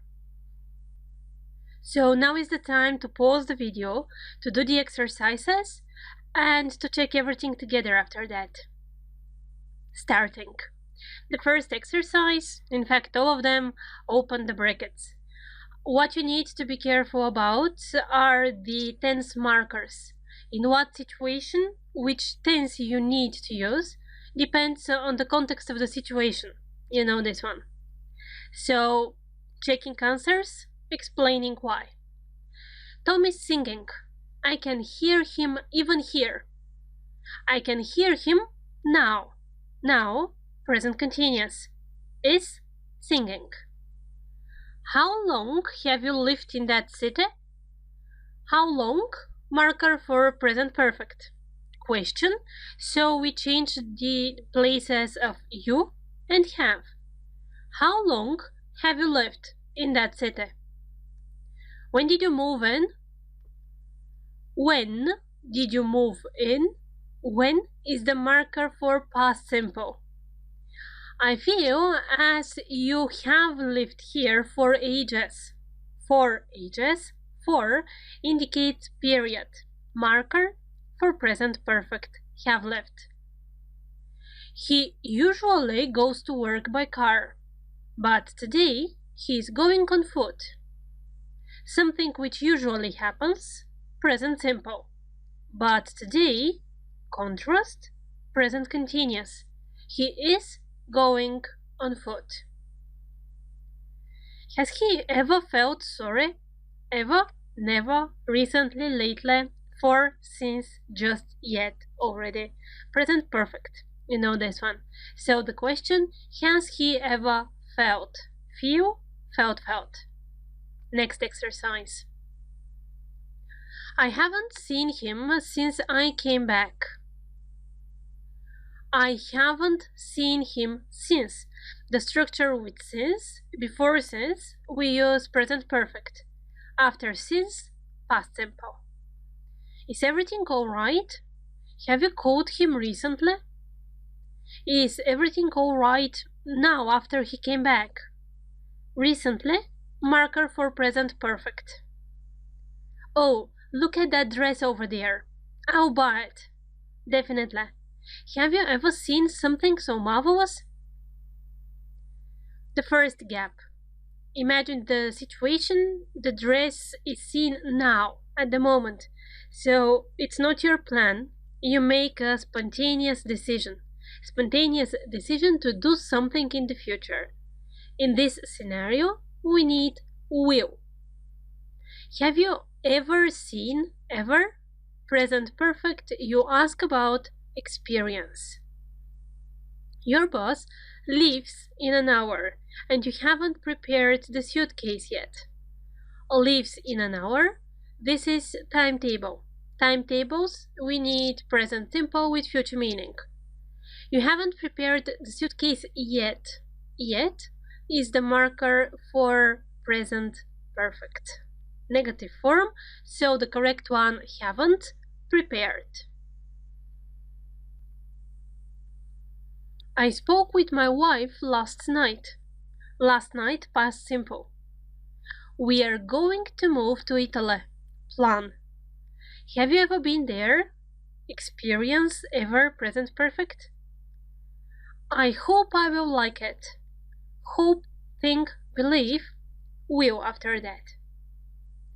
He has never thought of a career as a pilot. Never, experience, present perfect. My sister has recently started piano classes.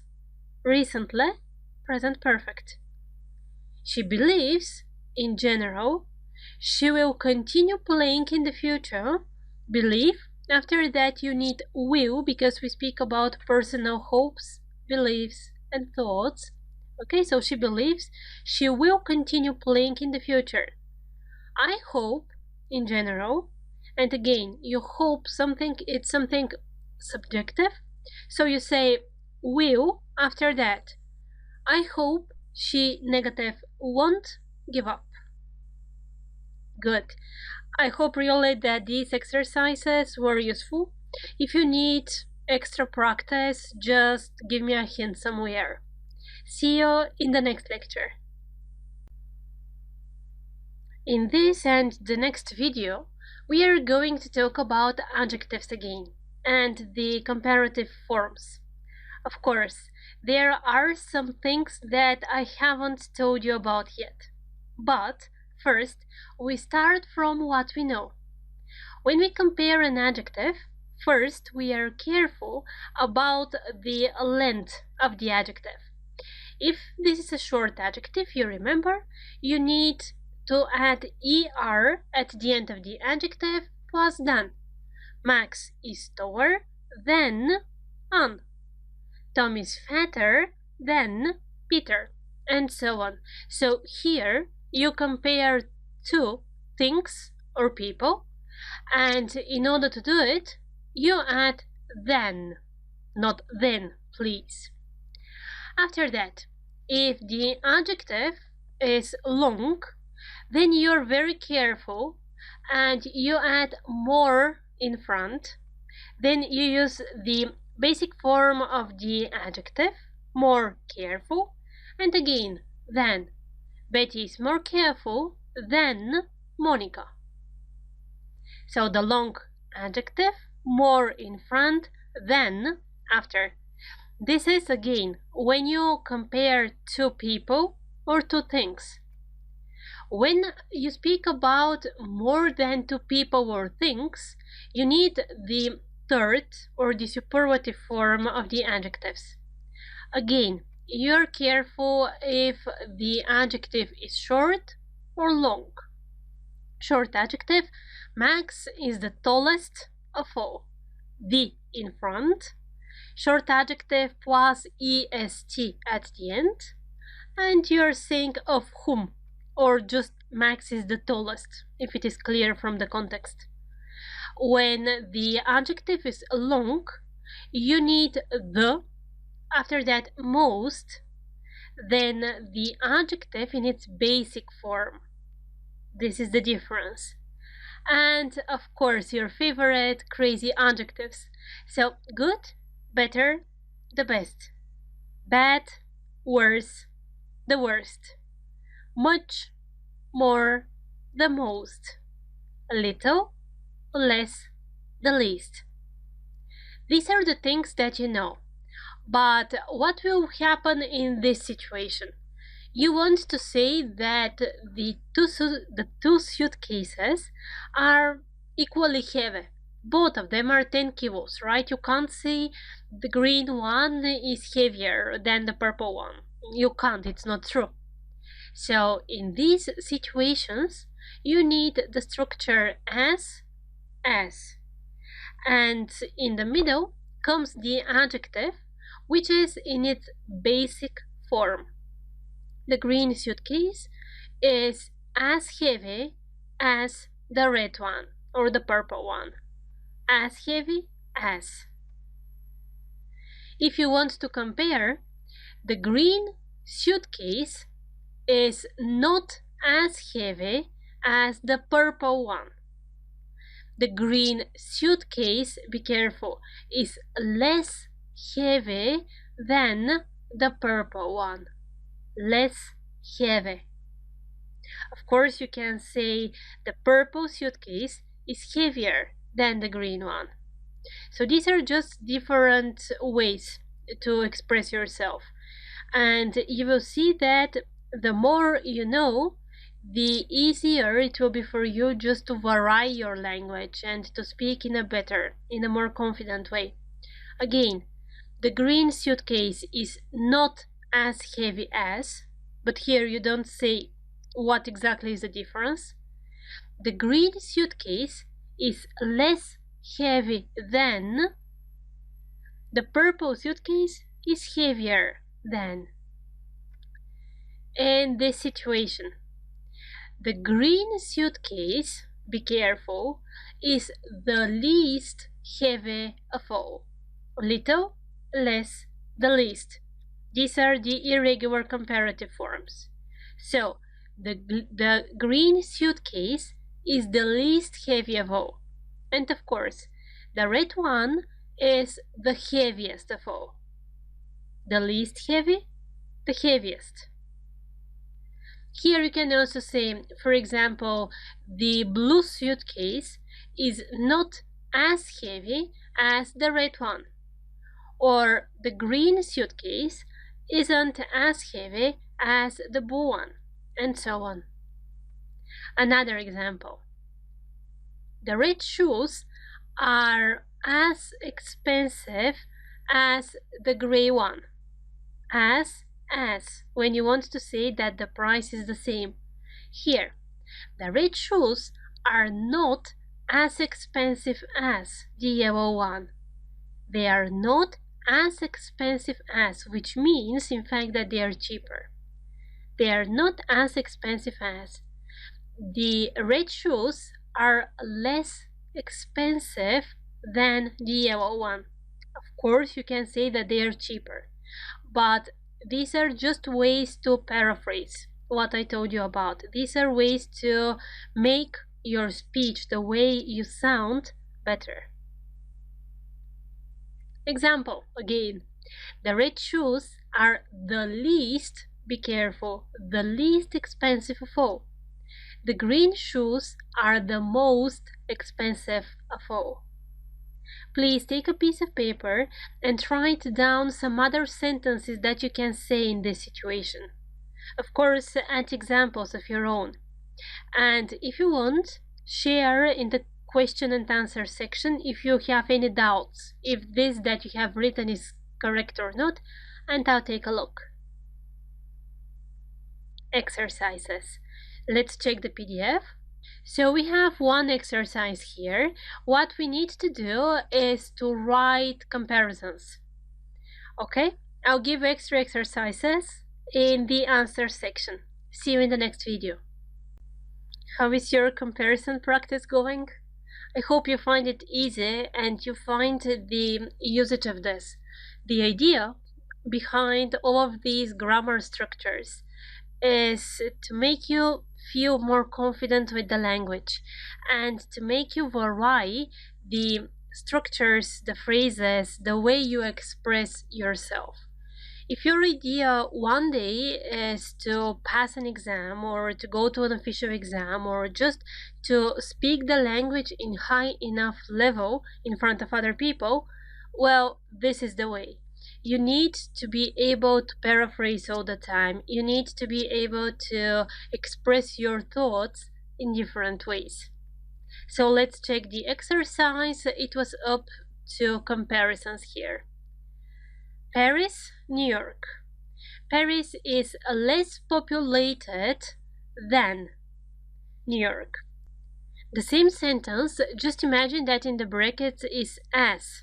So Paris is not as populated as New York. Next one. My watch, your watch.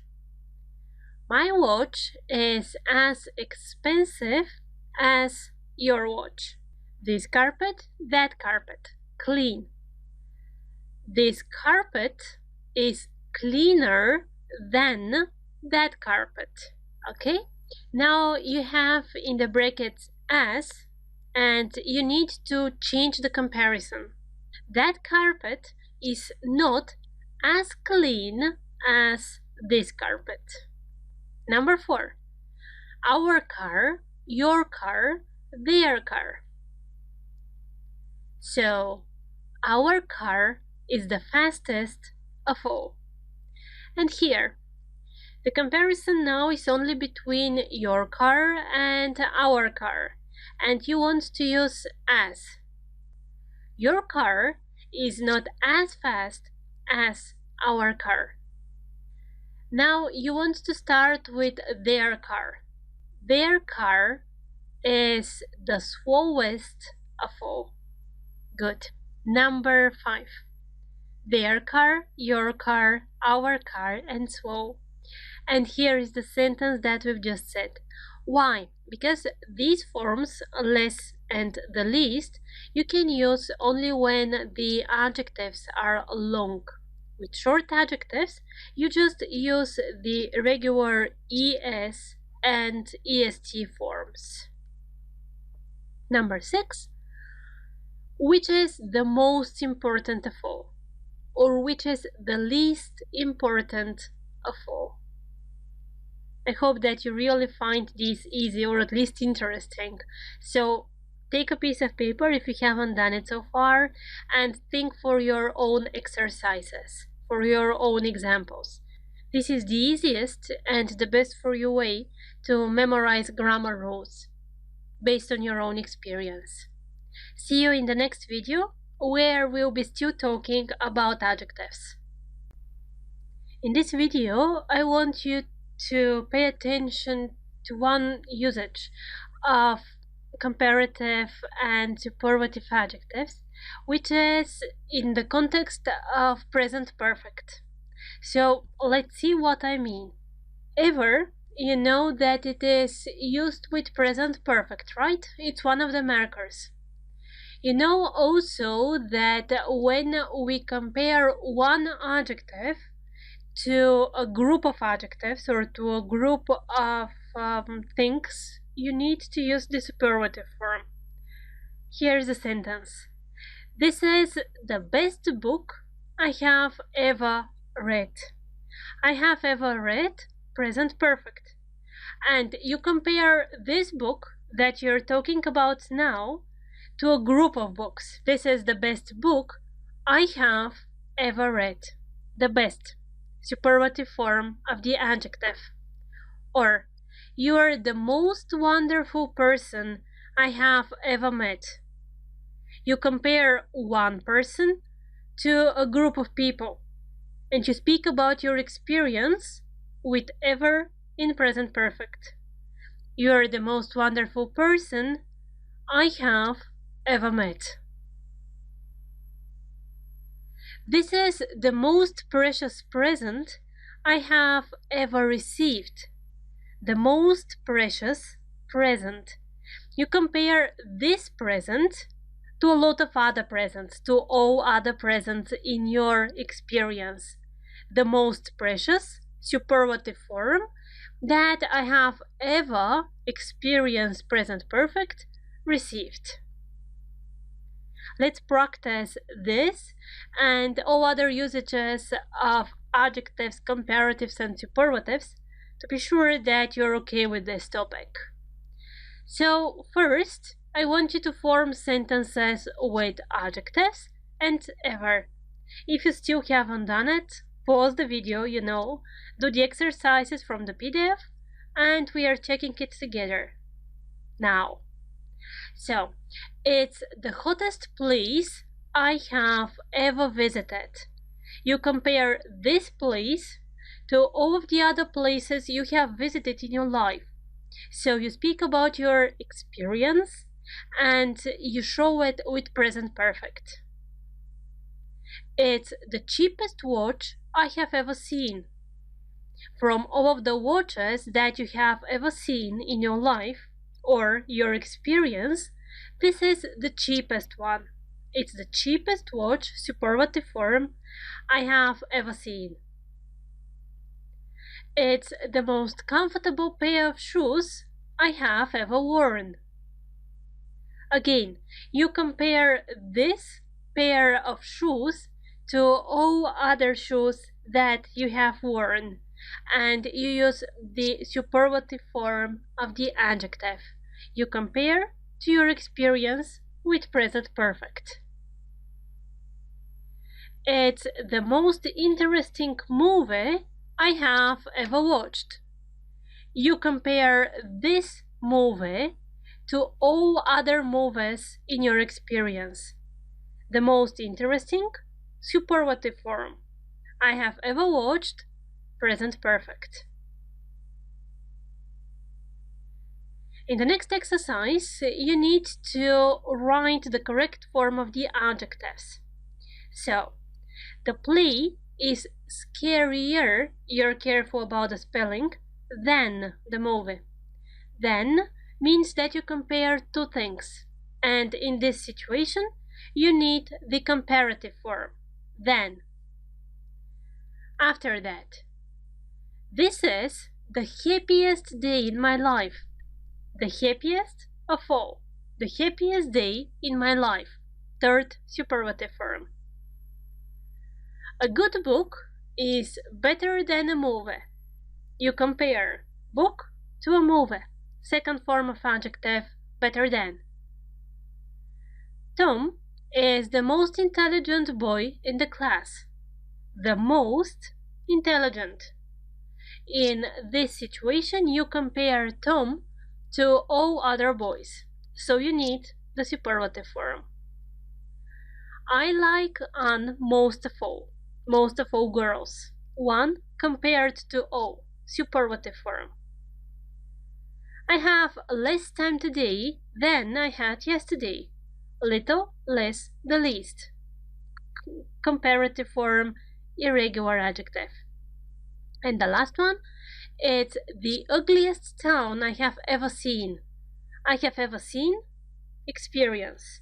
And you compare one thing to all other things you're familiar with based on your experience, which means yes, superlative form. Well done. You're ready to continue? Looking forward to seeing you in the next video. In the next mini-series of lectures that starts now, we are going to examine some verb structures. So far, you know verb tenses. You know also that after verbs like, love, hate, the next verb is with ing. Well, this is just one of the verb patterns.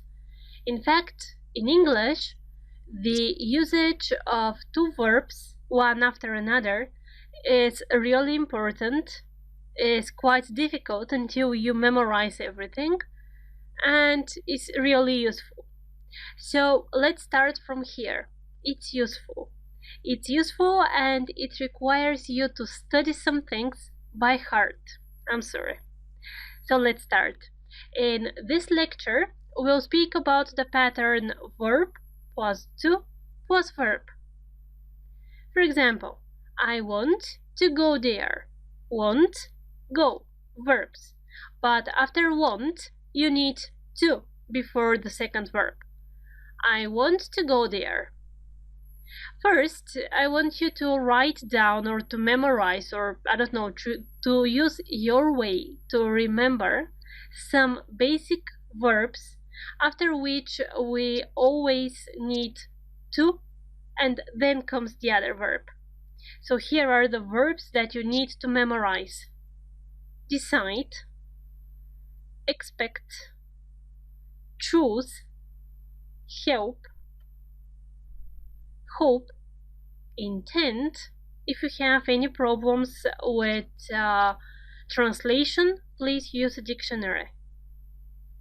Learn, mean, need, offer, prefer, promise, refuse, tend, want, would like. These are not all verbs, of course, but this is the beginning, which is enough for now. So please memorize these verbs and try to think for examples. Examples as these. So, she decided to become a doctor. Decide plus to plus verb. She decided to become a doctor. You see that in these verb patterns, verb structures, only the first verb in fact takes the tense. Usually at the beginning people try to say something as she decided to became. No, past simple, as is the situation here, is applied to the first verb only. She decided to become. He didn't expect to see me. Didn't expect, expect plus to plus verb, didn't expect to see me. He chose to stay away from work that day. He chose, past simple, choose, chose, chosen, to verb, chose to stay. I helped him to do his homework, or I helped him do his homework. The two cases are okay here. Helped him, helped past simple, to do, infinitive. I hope to see you again soon. Hope plus to plus verb.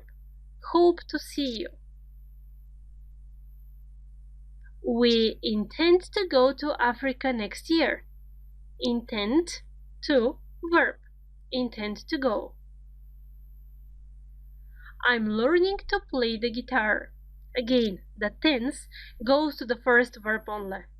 I'm learning now to play the guitar. Learn plus to plus verb.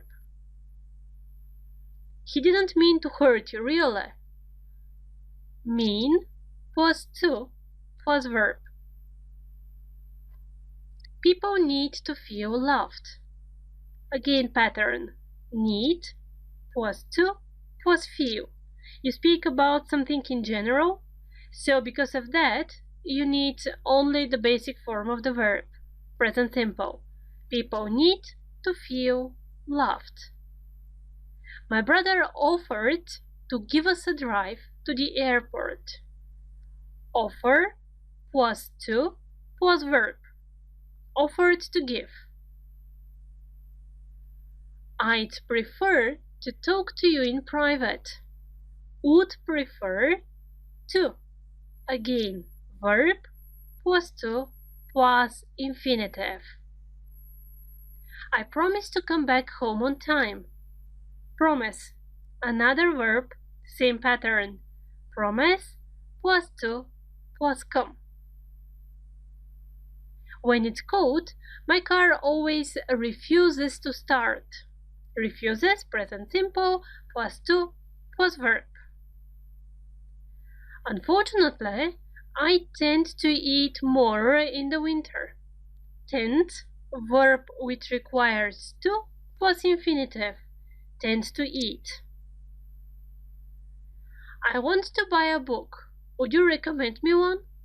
Want plus to plus verb. I want to buy. I would like to thank all of you who came. Would like plus to plus verb. So these were just example sentences for situations in which you need to use the verb plus to plus the other verb. Your task now, please sit down, rewrite those verbs, and think for sentences of your own. Remember that the best way to remember something is to associate it with a situation that is familiar to you. See you in the next video. So the first verb pattern that you need to remember is verb plus to plus verb. I want to do something. The second one, the so-called gerund, is verb plus verb in ing form. And this one, in fact, you already know a little bit about. For example, I like dancing. She hates sleeping, and so on. So verb followed by verb plus ing. The same structure as in the previous lecture. First, we'll pass through the basic verbs that, again, you need to memorize by heart. After that, we'll pass the examples, and then it's your turn. You need to write sentences of your own. The exercises on this, the previous, and the next lecture will come a little bit later. So the verbs first. Again, if you have any problems with the translation, please use a dictionary. So, admit, avoid, begin, deny, enjoy, finish, go on, hate, imagine, keep, like, love, mention, postpone, suggest. It's enough for now. Please memorize these verbs. Have in mind that this is just the beginning, and the verbs in fact are quite more. So it's the same as with the irregular verbs. It's important when you learn something by heart to learn it step by step and to learn it all the time in order to be able to remember the whole amount of information. Examples. She admitted making a mistake. Admit plus verb plus ing. You're careful about the spelling of the verb plus ing. And the second thing, you're careful because this is not continuous tense. This is gerund. This is second verb form. Okay. I try to avoid going shopping at weekends. Avoid plus verb plus ing. I've just begun learning to drive. Begin plus verb plus ing. Begin learning. He denies knowing anything about the crime. Deny plus verb plus ing. Denies knowing. I enjoy meeting people and seeing new places. Enjoy plus verb plus ing. Enjoy meeting. Enjoy seeing. Have you finished reading that book? Finish plus verb plus ing. Again, just a reminder, the tense goes to the first verb, finished, not to the second one. The second one is just the verb form. that follows the verb pattern. In our case, verb plus verb plus ing. We really can't go on living like this. We need a bigger flat. Can't go on living. Go on plus verb plus ing. She hates traveling by train. Hate verb ing. I can't imagine having that much money. Gerund after imagine. She kept hoping her father would return. Keep plus verb plus ing or gerund. After keep we need gerund. After that, I do really like working under pressure. Like plus verb plus ing. Like doing something. My daughter loves dancing late at night. Love plus verb plus ing. She mentioned seeing you in that restaurant. Mention, verb, ing, and you're careful about the spelling. We've decided to postpone going to Italy because of the forecast. Pay attention to this sentence. So, in fact, we have three verbs, one after another, right? Decide, postpone, go. And what's going on here? So, after decide, you know that the verb follows to, and after that comes the second form. So, decide, to plus verb. After that, postpone requires gerund, and because of that, going is in its ing form. I suggest going to the theater tonight. Suggest plus verb plus ing. Just be careful because suggest is a little bit, let's say, more specific verb, but about this we'll speak somewhere at the end of the course. Good. So far, we know that there are verbs with to, verbs with ing. Well, yes, of course, there are some exceptions and there is something else you need to know in the next video. So far, you know that there are verbs after which we need to use another verb plus ing. There are also verbs which require to plus the basic form of the verb after that. Well, there's another group of verbs in English, and these are the verbs that can be used with ing as well as with to. Be careful, there is difference in their meaning here. So first, let's see which these verbs are. Remember them. These four verbs are, let's say, the special verbs in English. And let's see what the differences are. For example, try doing and try to do. He tried climbing the highest mountain in the world. He tried climbing. Try plus verb plus ing. Try to be quiet, please. Try to do something. In the first situation, try plus verb plus ing, you experiment. And you say that you're doing something which you haven't done before. Try climbing. Try to do means you're trying to do something that is not easy, but this is not an experiment here. Try doing, try to do. After that, forget to do, forget doing. I forgot to close the door. Don't forget to open the window. I'll never forget seeing the Niagara waterfall. So let's start from the second one. I'll never forget seeing the Niagara waterfall. It means that now you will never forget that you saw the Niagara waterfall in the past. Okay? So you speak about something which has already happened, and you say that you will always remember this one. In the first situation, I forgot to close the door, and don't forget to open the window. The idea here is that the action is not finished, it's uncompleted.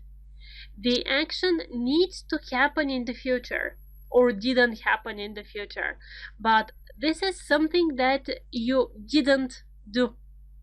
I forgot to close the door, which means you went out, you didn't close the door. You forgot to close it. Don't forget to open the window. You are still inside, so please, when you go out, do not forget to open the window. Forget to do, forget doing. Forget plus verb plus ing, in short, refers to the past. Forget plus verb and to in the middle refers to the future. Remember to do, remember doing. Okay, same logic here. Remember to go to the pharmacy. This thing hasn't happened. Please don't forget to do it in the future. Remember to go to the pharmacy. You're still at home and you need to go out. So please don't forget to pass the pharmacy. Remember doing something. I remember going to the pharmacy and buying that pill. It means that you have memories. You have memories about something which has already happened in the past. The same logic as forget. Remember to do refers to the future, something which is not completed, something which needs to be done in the future. Remember doing refers to something in the past. Something happened, and you have the memories that these things happened. Another verb, stop to do and stop doing. He stopped to answer the phone. He stopped smoking a few years ago. He stopped smoking a few years ago means that he stopped doing it. That's it. He doesn't smoke anymore. He stopped smoking. He stopped to answer. It means that there was an action that was in progress. He stopped the action and after that did something else. So it means to stop doing something and to start doing something else. He stopped the car or he stopped driving to answer the phone. Stop to do, stop doing something to do something else. Stop doing, quit, or don't do anymore. In theory, everything is clear. Let's take a look at the PDF and do the exercises. It's one exercise that's waiting for you here, but please be careful and think why. So it will be in a different lecture again. We'll revise everything. First, you're doing it on your own. Good luck. Remember doing, remember to do. Forget doing, forget to do. Try doing, try to do. Stop doing, stop to do. Well, yes, they sound familiar, they sound close in their meaning, but in fact, they are not. And I hope that you had the time to understand and to practice the differences. So let's now check the exercise. I stopped playing football a year ago. It means that I'm not playing football anymore. I quit it. I stopped playing. Stop plus verb plus ing, meaning quit. Please remember to buy eggs. For example, when coming back from work. Please remember to buy is the same as don't forget to buy. Please remember to buy. To plus infinitive refers to the future. I forgot to switch off the light. May you do it for me? So, something that is not completed, some action that is not finished. You had to do it, you didn't do it. I forgot to switch off. We tried to open the door, but it was locked. So you tried to do something that was hard. It's not an experiment here. You just tried to do something, but you couldn't. You found it hard. I'll never forget meeting Madonna last year. Last year, so it refers to something which happened in the past. And you want to say that you have memories about this thing. In other words, the action was completed. It was completed in the past. So the correct form, forget, plus verb, plus think. He stopped to take a closer look at the picture. Stopped to take. Stop one action to do something else. For example, if you imagine that this thing happened in a gallery, you are walking around, you stop to see the image, the picture that really attracted your attention. Stop, plus to, plus verb. Please stop making that noise. Stop plus verb plus ink, meaning quit, don't do it. Just stop making it. I know that this is a little bit harder, but always think for grammar in context. Always think that these grammar rules you will need, and you will need to apply in practice in your daily talk. Because of that, always think for examples of your own and share them if you have any doubts. See you in the next video.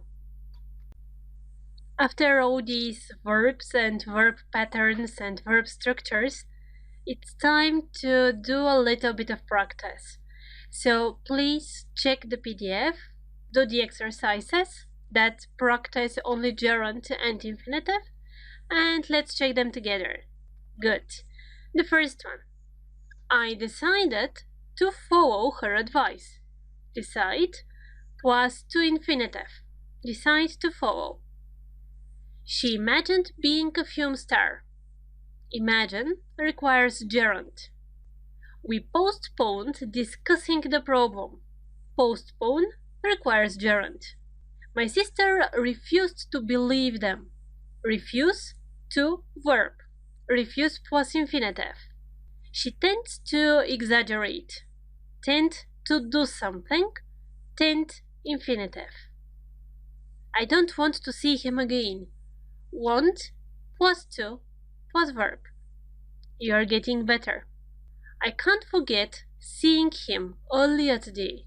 So something happened and you have memories about this one.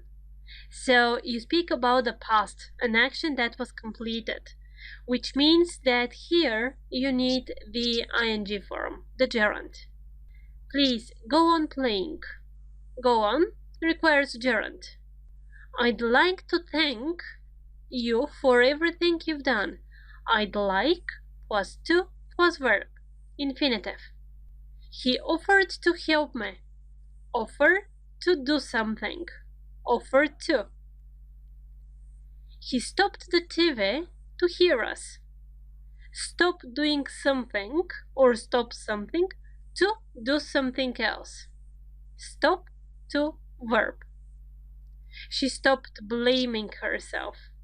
Stop plus gerund. The meaning is to stop an activity, to quit doing something. Well done. All of these verbs need practice. All of these structures I told you at the beginning need to be memorized and of course to be used while you're speaking. Good luck and see you in the next video. In this and the next several lectures, we are going to talk about modal verbs. Yes, you know one, even two. You know can and should. But that's just the beginning. There are different modal verbs in English that you still haven't heard about.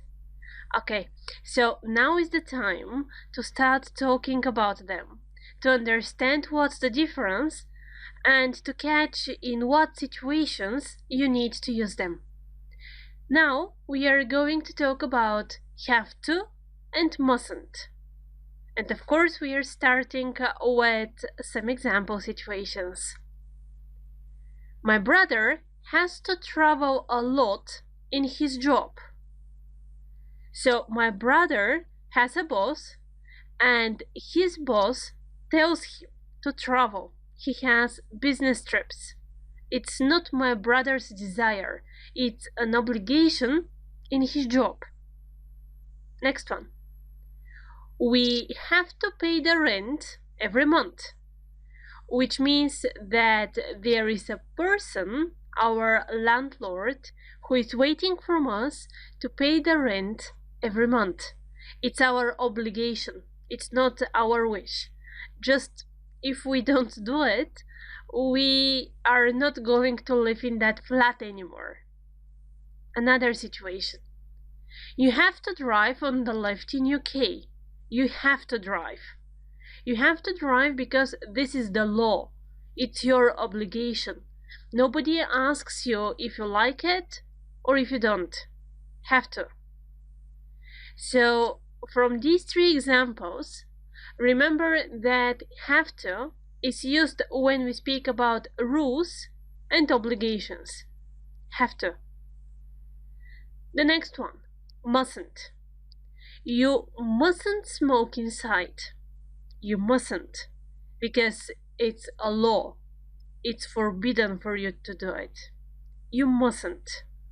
In football, you mustn't touch the ball with your hands. You mustn't, because these are the rules. This is the law. You are prohibited to do it. Mustn't. Which means that we use mustn't when we speak about prohibitions. Mustn't. Let's practice it. So, in the PDF attached, you will see these 4 situations. I want from you to think what they express: prohibition or obligation. And when you understand what is expressed, please formulate the sentences using the correct modal verb. Okay? Wear a seatbelt. To wear a seatbelt is your obligation. You are obliged to do it because this is the law. So you have to wear a seatbelt. Have to. Drink alcohol when taking antibiotics. It's forbidden. So you mustn't drink alcohol when taking antibiotics. Mustn't, prohibition. Wear a uniform at school. It's your obligation. Somebody else has written the rule and you have accepted it when you entered that school. So you have to follow the rule. You have to wear a uniform at school. Swim in forbidden areas. It's again a law. Just time, it's prohibition. You mustn't swim in forbidden areas. The other thing that you need to remember about the 2 modal verbs, have to and mustn't, is that they follow the rules of all modal verbs. Which means, after the modal verbs, have to and mustn't, the meaningful verb is always in infinitive. Have to wear, have to drink, have to swim, or mustn't swim, mustn't wear. Okay? You can't say have to wears, or you can't say mustn't swims. But have to, you see have, right? The logic here is the same. When we use he, she, or it, have is changed into has. So it is I have to, you have to, he has to, she has to. The third form, personal, takes the has form, has to. Let's see some other comparisons between the modal verbs in the next video. We are going on with the modal verbs in this video, so what we are going to talk about now are the modal verbs don't have to and must. Yes, they have different meaning from mustn't and have to. Let's see what I mean. Examples, of course. Sorry, it's late. I must go. I promised to be back home on time. I must go.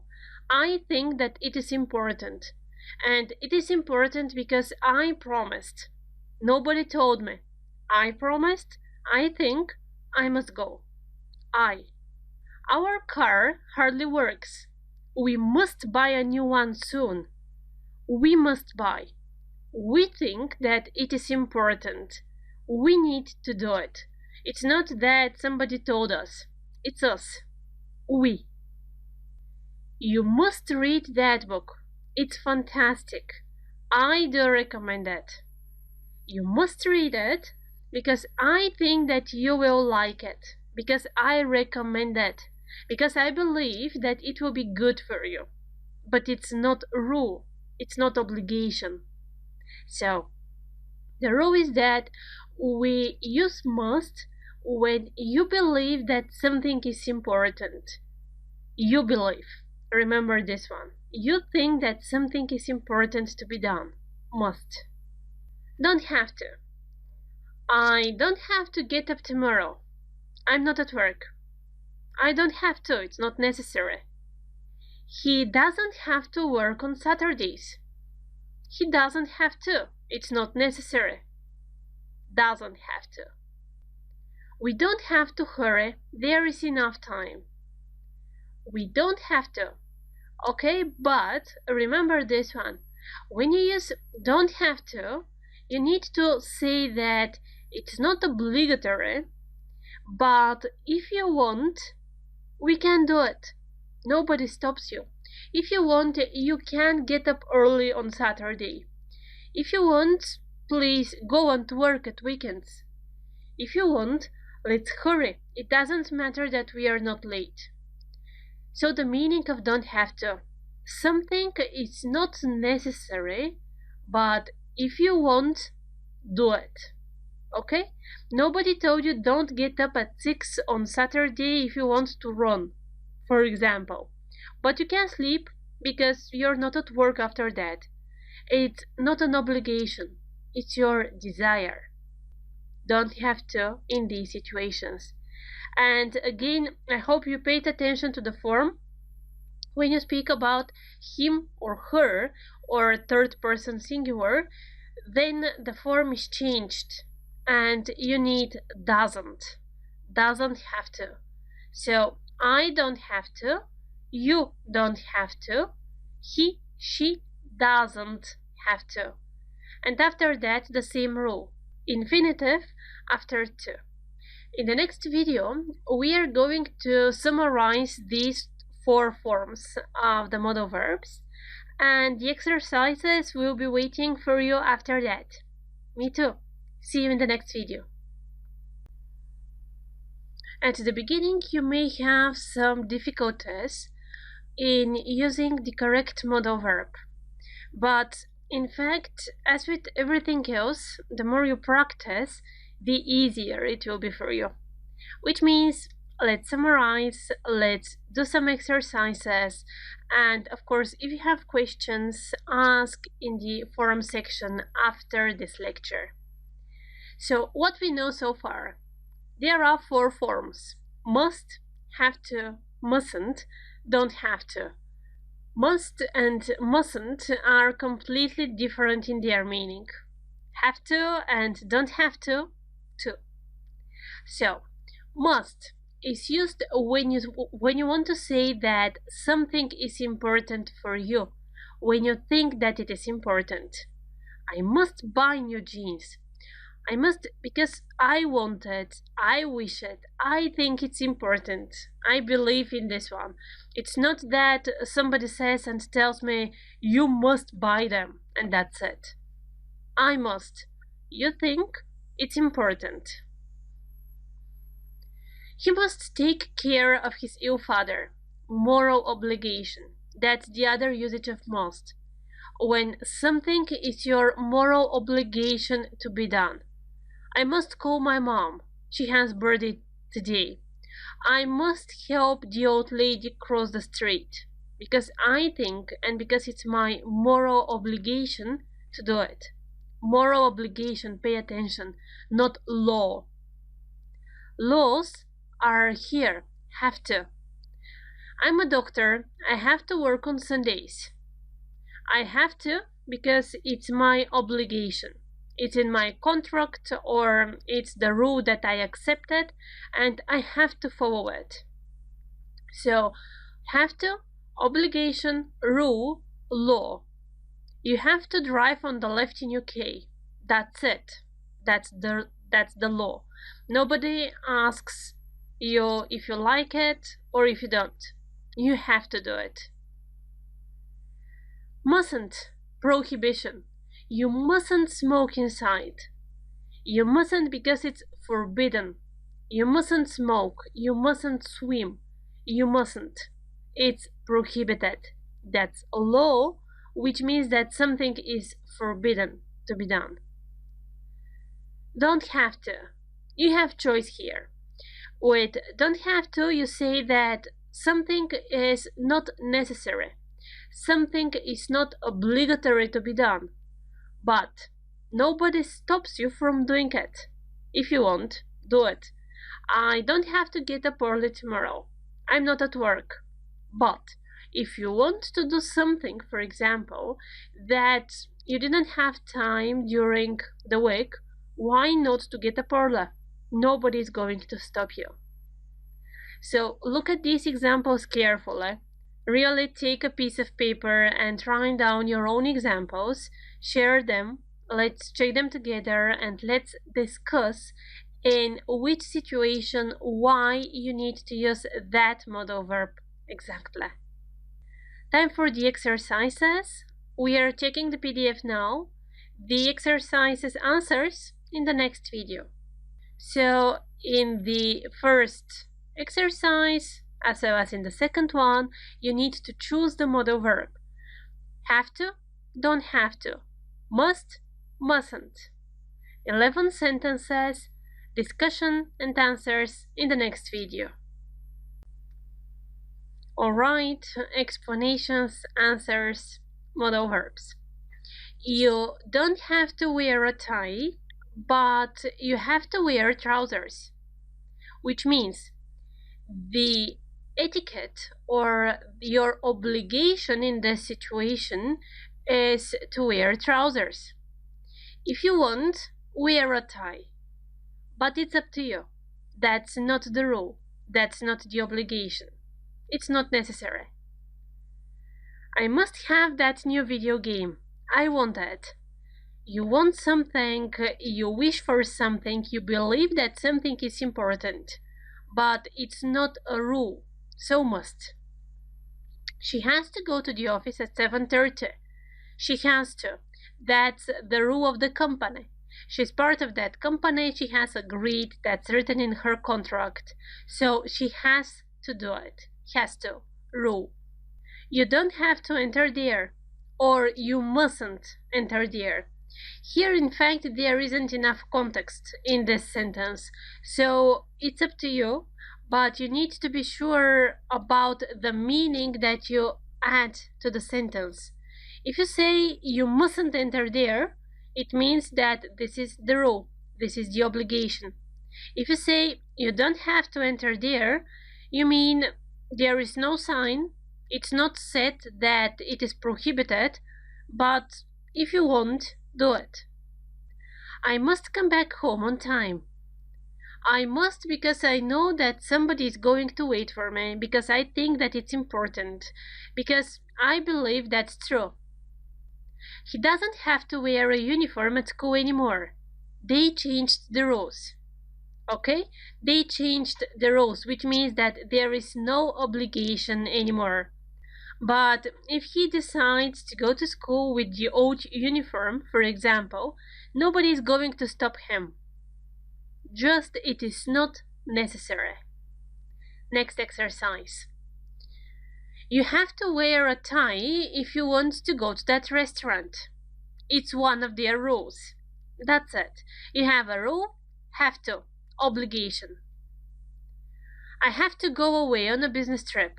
My boss wants me to visit the office in New York. So there is somebody else who orders you, who obliges you to do something. You just need to follow the rules. Have to. Don't be silly. You must take these tablets 4 times a day. That's your moral obligation if you want.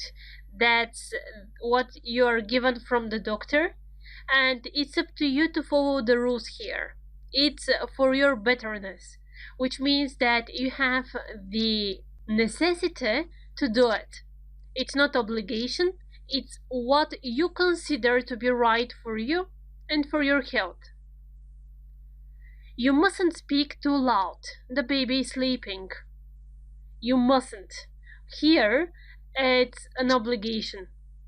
You mustn't, because if you speak, the baby will be awoken. I must work on my English. I want to speak fluently. I must work on my English. It's my belief. It's my desire. It's what I consider correct. The room is a mess. I really must find time to clean it. I must find, I think, I believe that it is important. In the other lectures, there will be more exercises on modal verbs. That's the beginning. So I hope that you understood the basics, that you feel more confident now, and that you have really written those sentences of yours. Please share them, and let's talk about modal verbs more. See you in the next video.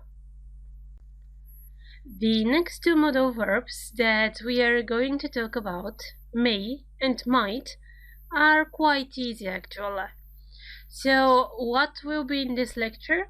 First we'll pass through the two modal verbs, and after that I want to make a summary of everything that you know so far. So, may and might. And here are two situations. He might come tonight, though I seriously doubt it. He may come tonight.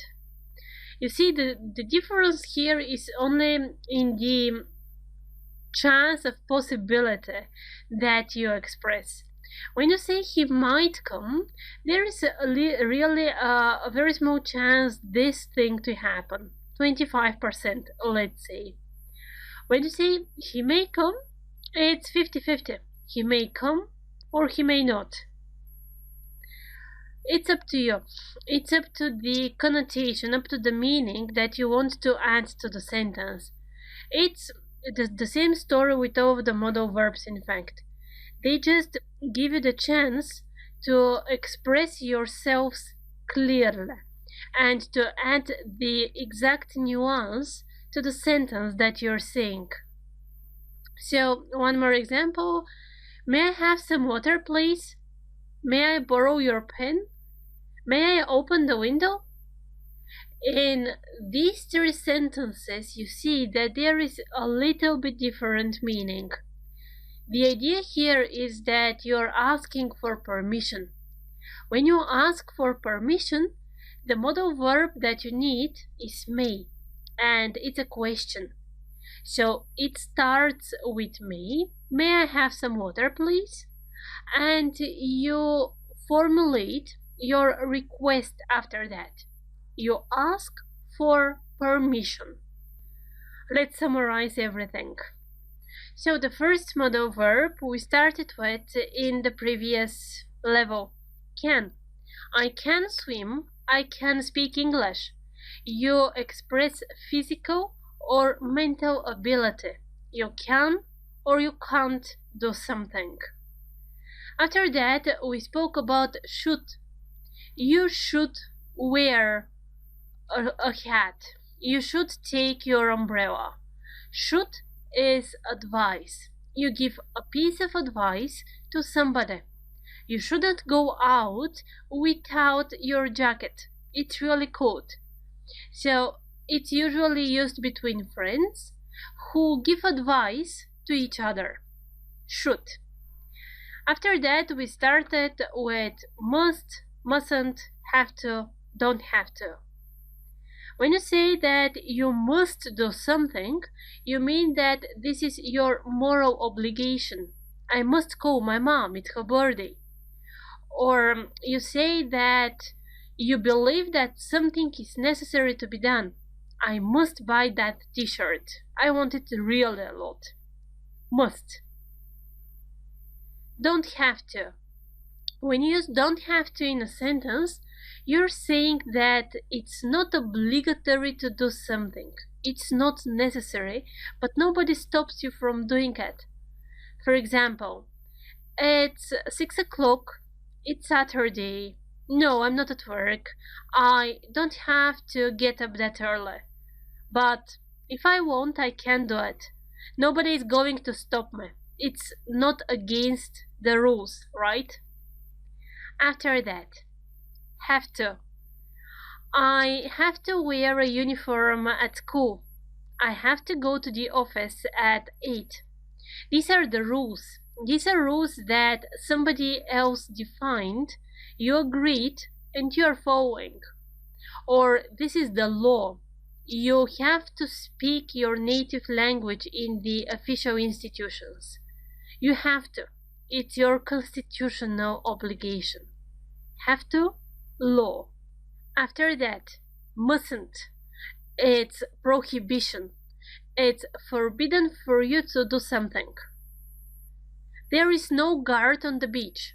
You mustn't swim here. Or you mustn't be late for work. These are rules again. These are prohibitions. And last but not least, may and might. He may come, he might come. You express possibility. When you use may in such situation, you mean that there is a higher chance this thing to happen. When you use might, well, yes, you say that there is a possibility, but the chance is quite more. May I open the window? May you bring me that notebook? You ask for permission. You make a request. So in these situations, the question starts with the modal verb may. Something else in general about all of the modal verbs. After them, the next, the meaningful verb, is always in infinitive. The modal verbs themselves do not change in person, and it doesn't matter if you speak about something in singular or in plural. But remember the verb have to. I have to, he has to, she has to, and doesn't have to, don't have to. When you formulate the question with have to, it's formed on the usual way. Do I have to wear a seatbelt? Does he have to wear a uniform? That was our introduction, let's say, to modal verbs. Now you really know the basics of the basic modal verbs in English. There are some other forms, there are some other usages, but we have other lectures for this. See you in the next lecture, in which we are starting a different mini-series. See you! As you've already mastered the modal verbs, we are starting with conditional sentences now. In this and in the next video, you will have the introduction to conditional sentences in English. In fact, it sounds more difficult than it really is. So let's see what all that is about. Examples. If you need some advice, I will help you. If you are late, your sister will be angry. And here are the two sentences that we had. Can you guess what's the same between them, where the similarities are? Yes, both sentences start with if, right? If you're late, if you need some advice. After that, if you are, if you need, which is the tense? Present simple. After present simple, or after the first part of the conditional sentence, we add comma. Remember, this one is really important. The comma here is important. So, if present simple after that, in the second part, yes, will, future. So this is actually the structure of first conditional in English. And when you use this structure, you want to say that something is possible to happen. If something happens, something else will happen, and everything here is possible. It's important because the meaning of these sentences is what matters to define what conditional you need. So this is first conditional. Remember this one. If, present simple, will, and you speak about something in the present, something that is possible. Okay, of course you can start the sentence vice versa, or with the second part first. It will be like this: I will come if you tell me the truth. I will come, will comes first. After that, if, and be careful, no comma here. No comma. So, I will come if you tell me the truth. Tell me the truth, present simple. It's the same sentence, the same meaning, just the two parts are changed. I will come if you tell me the truth. Easy, right? I told you. Check the PDF, do the exercises, and we are checking them together in a second. Alright, first conditional only, which means if, present simple, will, or will if, present simple. Easy. If it snows, we won't go out. If she sends the mail now, they'll receive it in a minute. So it's possible you speak about the present. Number 3, changed. You will pass the test if you study hard. If I don't believe, comma, I won't succeed. You see why it's important to know the tenses. In fact, everything in English is connected after that. And if you have problems with the verb structures, then it will be difficult for you in general. So present simple negative, will future, or simple future negative. Number 5, I will go to the circus if I find a ticket. Will, present simple. If they win the game, present simple, they will be the champions. First conditional, you remember, if, present simple, will, and you speak about something which is possible. Let's see what second conditional will be about then, in the next video. First conditional, you know it. You speak about the present, and you speak about something which is possible. Well, logically, if there is first conditional, then there is second conditional, right? And there is difference here. So let's see what the difference is and in what situation which conditional you need. Examples. I live in a flat under rent. This is the reality.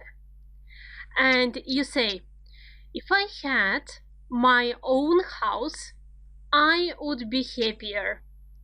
So the fact is that now I live in a flat and I live under rent. You make it hypothetical and you say, if I had my own house, I would be happier. Another situation. I don't know German.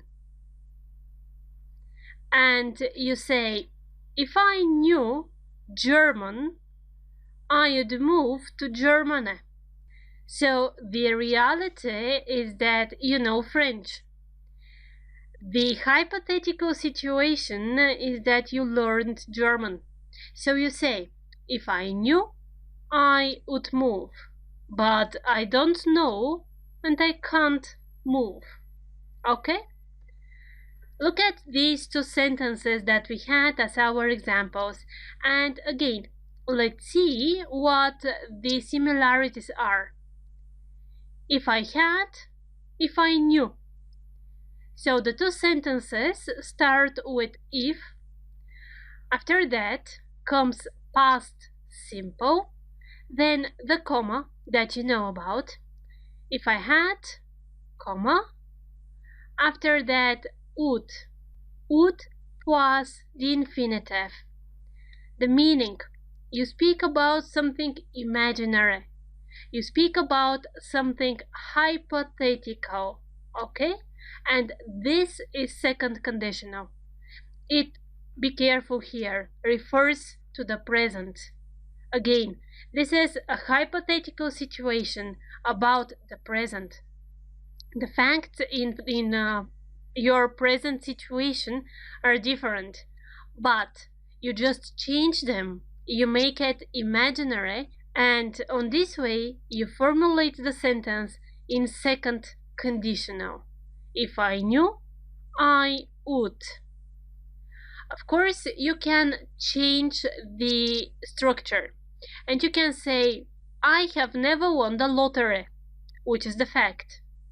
Imaginary, it would be, I would travel around the world if I won the lottery. The tense's logic is the same. I would travel, would plus infinitive, if, and past simple after that. I would travel around the world if I won the lottery. Exercises. We are checking the PDF, the answers and the explanations in the next video. In the first exercise, you need to open the brackets in second conditional only. Pay attention to the second exercise. Here you have the situation given. What you need to do is to think for the conditional structure, okay? So be creative, apply the rules, and see you in the answer section. I hope you did the exercises. Let's check them. So in the first one, we need just to open the brackets in second conditional. You remember the tense's logic? If, past simple, would plus infinitive. If I had children, I would bring them everywhere with me. But the reality is that I don't have children, and because of that, I don't bring them anywhere. Hypothetical, imaginary situation. You speak about the present. I would go to the doctor if I were you. I would, if, after that past simple. Remember this one. It's very typical for second conditional. You don't say if I was you. You say if I were you. And this is one of the markers for these conditional hypothetical situations. If I were you. Just remember this one. Number 3. I didn't have to work at weekends. I would go out more often. If I didn't have to, past simple, I would go out. Would plus infinitive.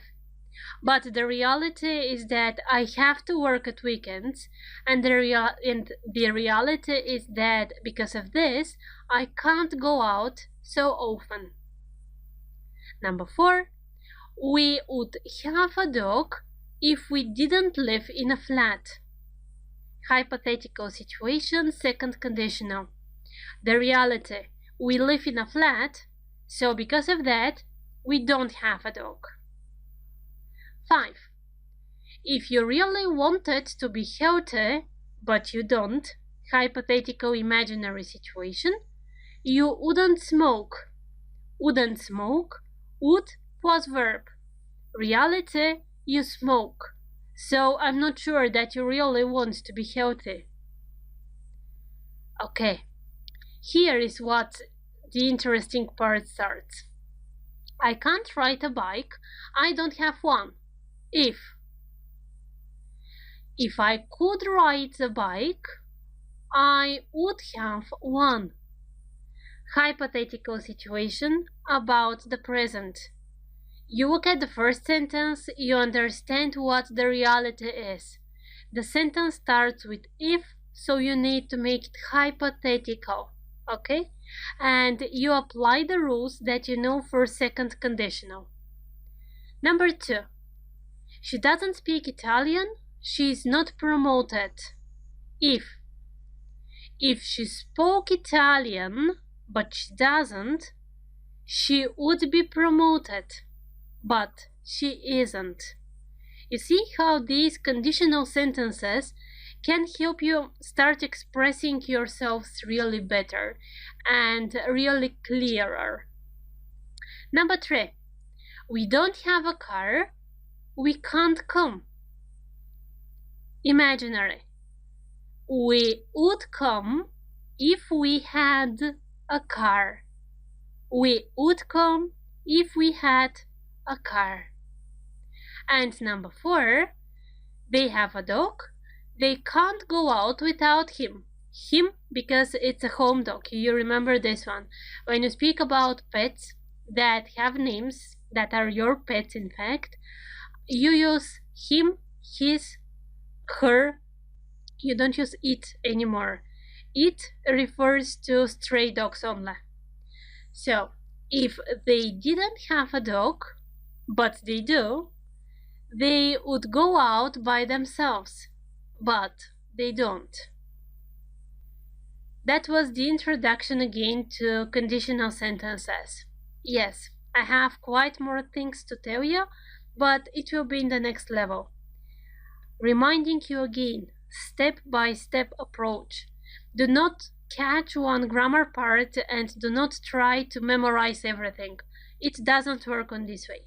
You can't learn a language by memorizing rules only. You need to practice, and you need to come back to what you have already learned. Because of this, every time in the next levels, when we start talking about conditionals, we'll start with a revision. It's really important, believe me. Good. See you in the next video, where I'll explain something a little bit more different. See you. As we started talking about the hypothetical examples in the previous video, in the context of second conditional, I want to continue with another structure that will be useful for you. It will be useful when you speak about contrast, this time between something that was typical for you in the past and something that is completely different in the present. This structure is used to, well, of course, we are starting with examples. And as you see, the examples are before and now. Yes, there is difference in the pictures. What's important?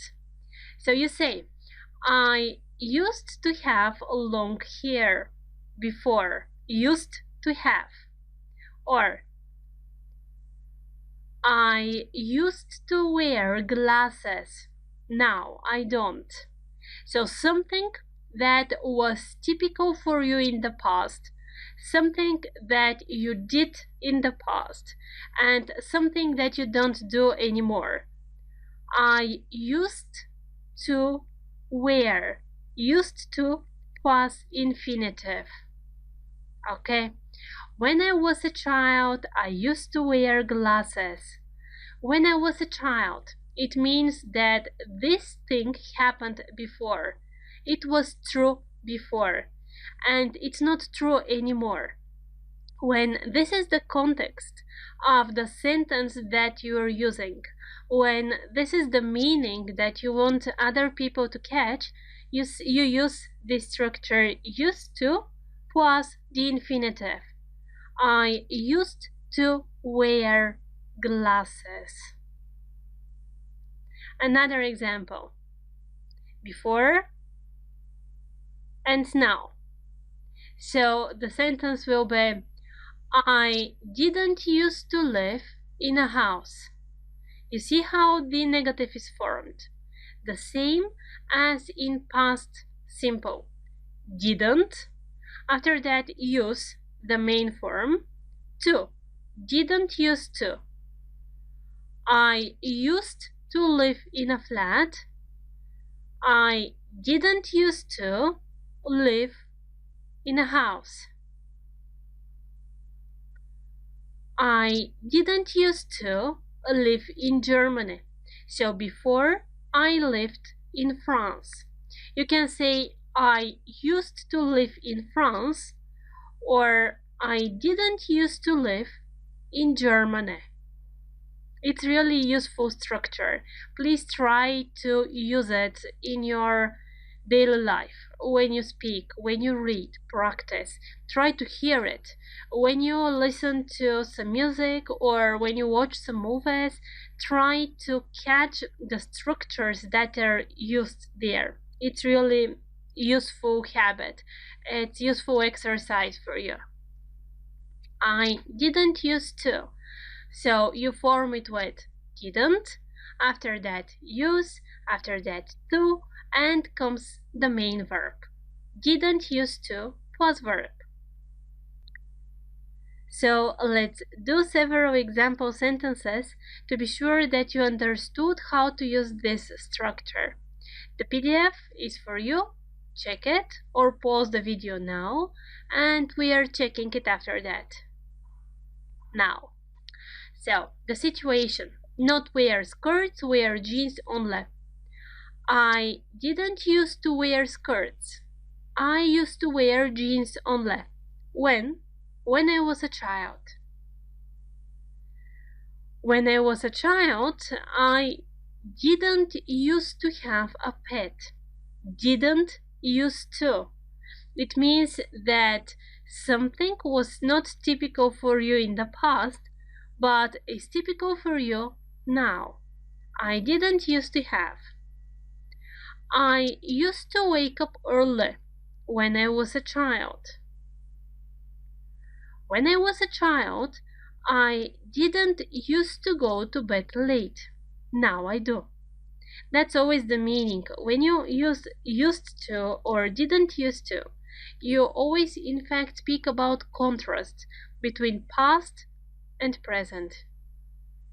When I was a child, I used to spend Friday evening at home. Now I don't. Extra exercise. Please take a piece of paper or directly in the Q&A answer section, write down several sentences, 3 sentences, for example. What did you used to do when you were a child? I'm looking forward to reading it. See you in the next video, where we are starting another mini-series, an important one. See you. You have already noticed that I like dividing our enormous course into some mini-series within the levels. So what we are starting today as a topic, we will continue in the next several lectures. Passive is something that we will speak about, not only in this, but in the next levels as well. We will find how to make it harder. You will master it, and you will see that there is logic in everything. So let's start with the very basics. What is passive first? Let's just read some sentences in order you to feel what the difference is. People all over the world speak English. Active. English is spoken all over the world. Tom stole my bag yesterday. I saw him.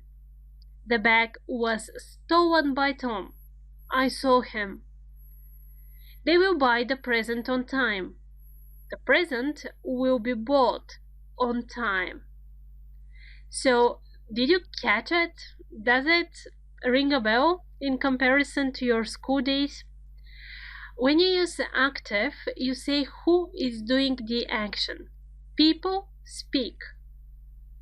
When you use passive, you say what the action is done on. English is spoken. English doesn't do anything. English is spoken. English is passive. It is waiting for somebody to start speaking it. Most simply said. Okay. Tom stole the bag. Tom did it. Tom was active and he stole my bag.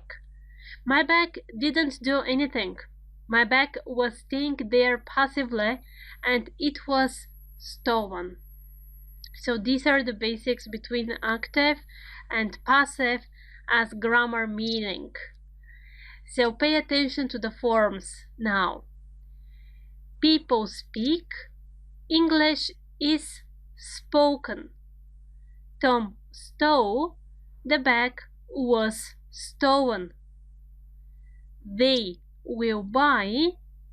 The present will be bought. These three sentences show you the forms in the three simple tenses that we know: present simple, past simple, and future simple. And in all of these three, the passive voice is formed, in fact, in one and the same way. You need the verb to be in the correct form, and you need the, again, third form of the verb. You know, the irregular verb forms have their specific forms, right? Speak, spoke, spoken, steal, stole, stolen, and so on. If the verb is regular, then you need only the verb plus ed. So how it is formed? The verb to be in the correct tense plus the third form of the verb. Is, are, in present simple, is spoken. Was, were, in past simple, was third form of the verb. In present, be careful, will, be, and after that, the verb. Here it is. English is spoken. The bag was stolen. The present will be bought. Remember this one, write it down, and let's go on practicing. So first we are checking the exercises. After that, we are doing them together in the next video. It's your task, of course, to have already done them. The PDF is attached.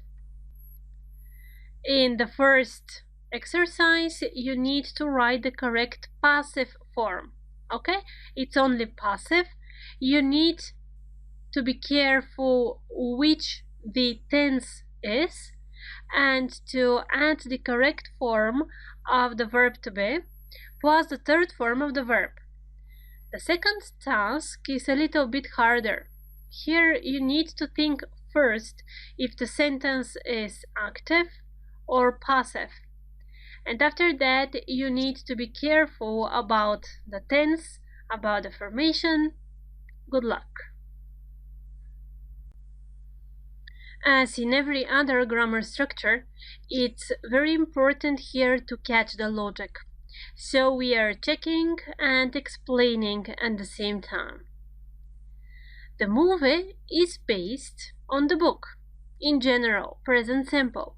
We need the verb to be, is, the movie is, plus the verb with ed, is based. The telephone, yesterday. Yesterday, past simple. So we need was, because telephone it.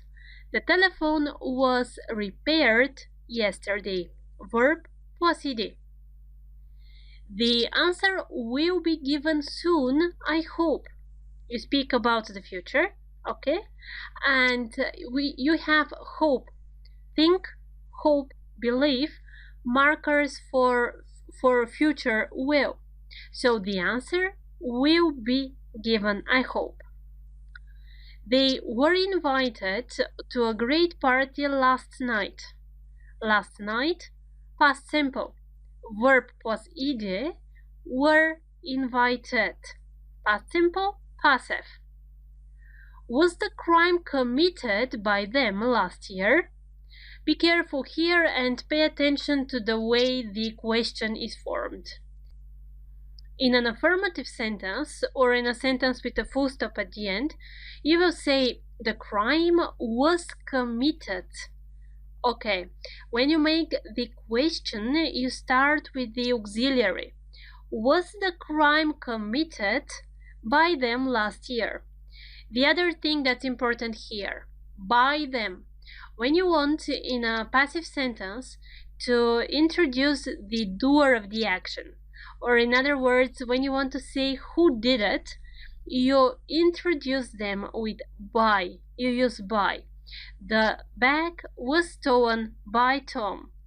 The exam was created by the teacher, and so on. By was the person who did it. Are you expected to know the answer in general? Are you expected? Same logic. You start with the form of the verb to be to form the question, and after that you follow the rules. Are you was the verb possiede. Are you expected to know the answer? The second exercise was really a little bit more difficult. I hope that you could do it. The movie starts at 5. The movie starts active. Tense. At 5 you speak about timetable, about scheduled activity, so you need present simple. The movie starts. After that, by Jane yesterday. Yesterday, past simple. By Jane, passive. And question. So the correct form, were you invited? The car was driven by Tom. I saw him. I called the police. I saw him. This is your marker for the tense of the whole of the group of sentences. So this is in the past, which means that all of the other sentences here are in the past as well. By Tom, the first one, past simple we need. The car was driven. I called the police. I called, past simple, active, I did it. Number 3. Were you given access? You need one. Talk to your boss.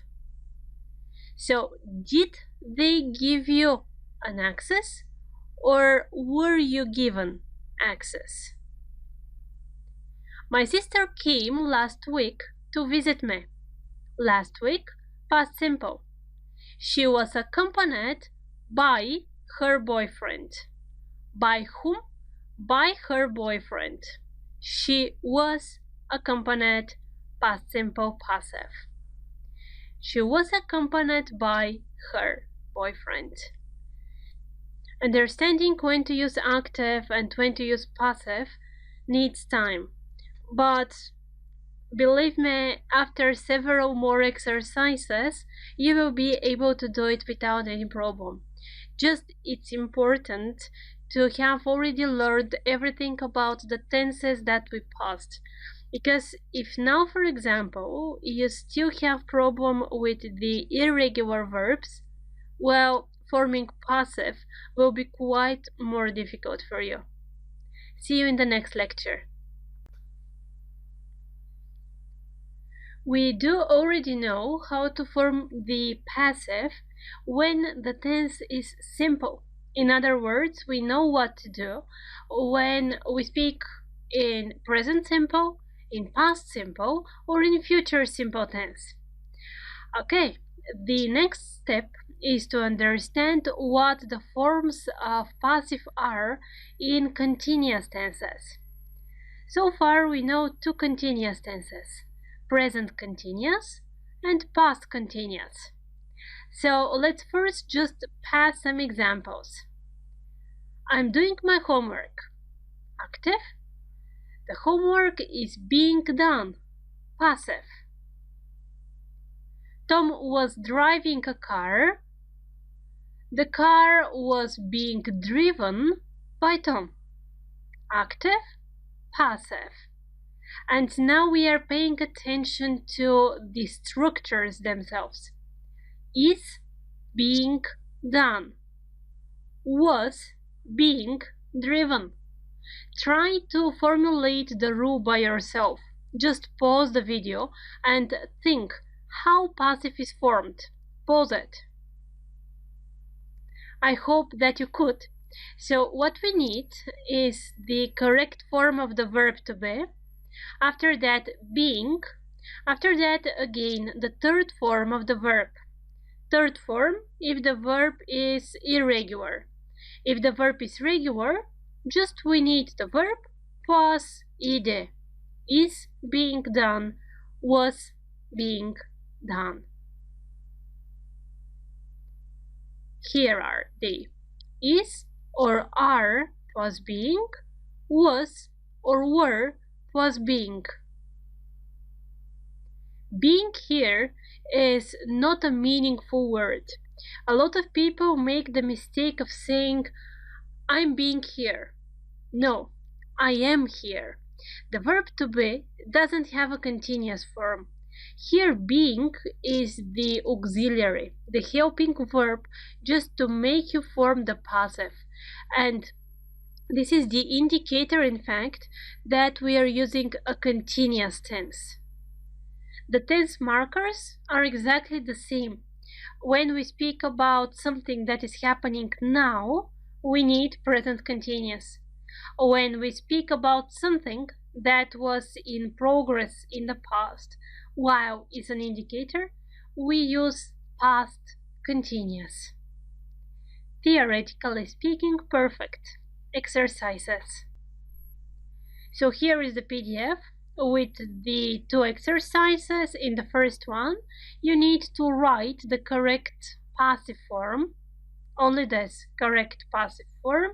In the second one, you need again to be more careful. Here we need to understand what we need, active or passive. And after that, if we need simple tenses or continuous tenses. Good luck, waiting for you in the next section. Active or passive, simple or continuous tenses. Let's check the exercises.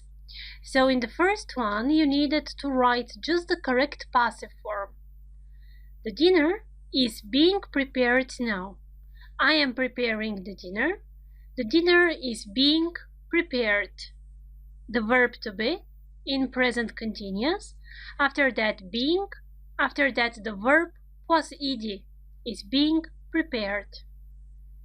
While they were listening to music, the dinner was being prepared. Was, because we speak about something in the past, it's past continuous, while is the indicator, being the auxiliary, the helping verb, and the whole form was being prepared. That book is being read at the moment. Is being read. It means I am reading that book at the moment. That book is being read. Pancakes were being made in the kitchen. He was being helped by his wife. Pancakes were being made. He was being helped. It means that he was making pancakes. His wife was helping him. Here, because there isn't a tense indicator, you can also say pancakes are being made in the kitchen. He is being helped by his wife. So it may refer to the present, it may refer to the past. The next one. This man is being held in prison now. At the moment something is happening. Now is the indicator. Somebody else is holding the man in prison, which means that he is passively accepting it, or in other words, passive, present continuous. This man is being held in a prison. The second exercise.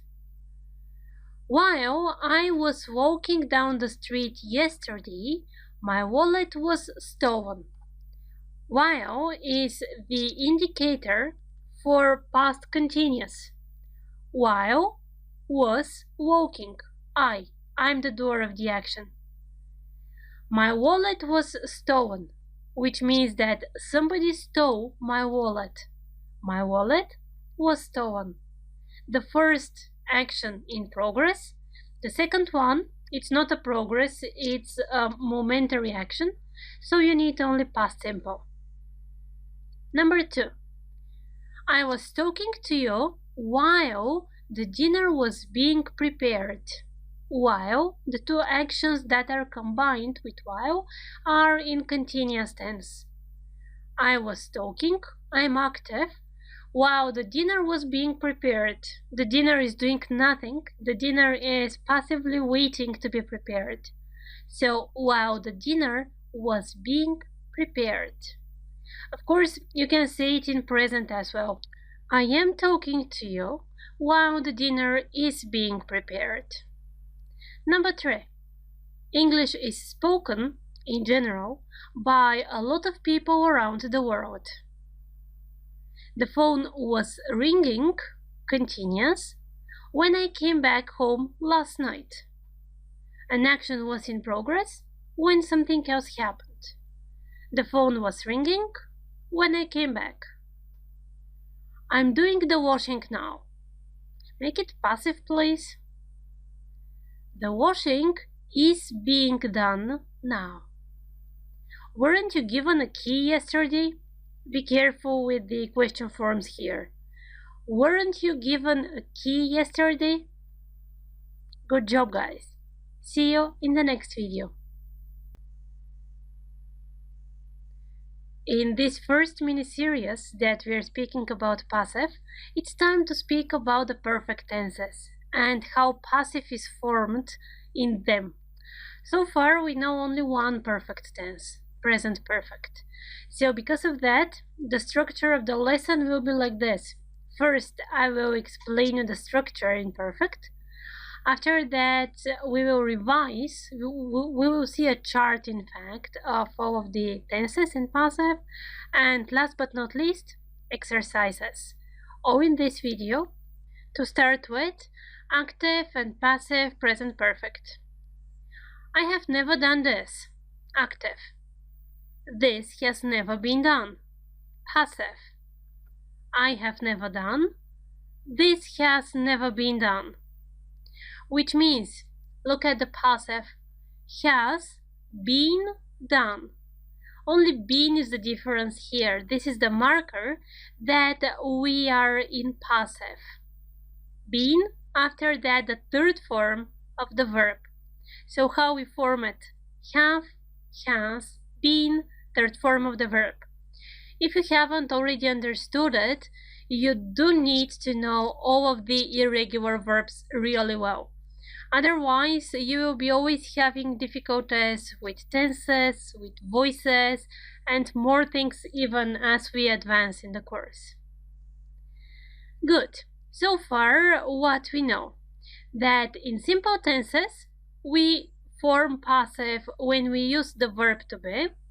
After that, the third form of the verb. English is spoken, the homework was done, Tom will be met. Be was third form of the verb. In continuous tenses, we use be, after that being, after that third form of the verb. The computer is being repaired. The dinner was being prepared. Of course, when I say the verb to be, it means the correct form of the verb to be. And in perfect tenses, what you need is to use been. So you use have or has. After that comes been. After that, the third form of the verb. Been here is the indicator that we need. As you are masters of theory, practice again. Here are the sentences. You will find them in the attached PDF as well. Your task, if the sentence is in active, to turn it into passive. If the sentence is in passive, to turn it into active. And we are checking it together. They are telling a story. A story is being told by them. They are telling present continuous. Present continuous, the verb to be in the correct form, As it is continuous, we need to keep this ing form, so we add being. After that comes the third form of the verb, is being taught. If we want to specify the doer of the action, we add by them. We will expect you. You will be expected. In future simple or in will future, you need will, after that be, after that the verb in the third form.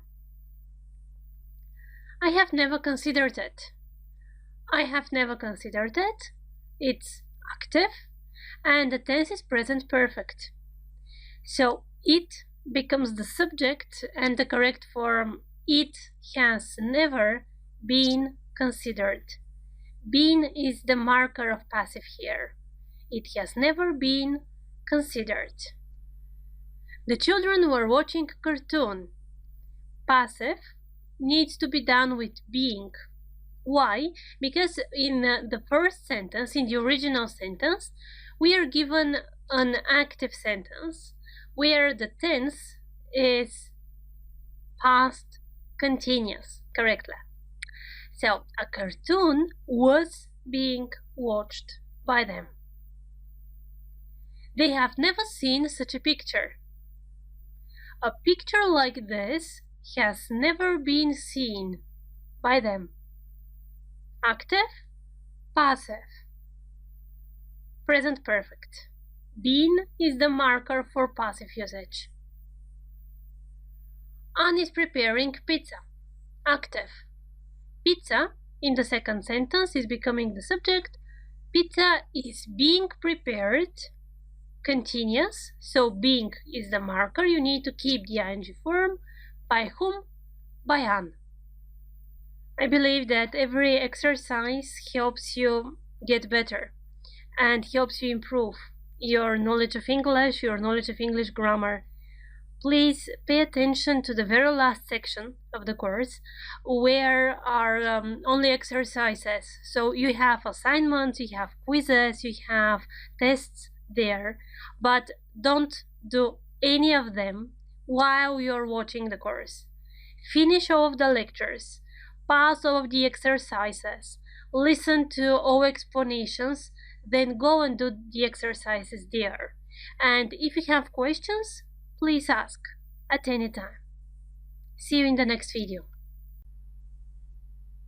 Before going into the next mini-series of tenses, active and passive, I prepared you two different topics. The first one, I want to speak about the differences between these words. Someone, anyone, anywhere, somewhere, something, nothing. They will help you express yourselves better. They will help you also formulate your sentences in a way that may express your thoughts in a clearer way. So, examples, as always. Something is burning. I have no idea what it is, but I can smell it. Something.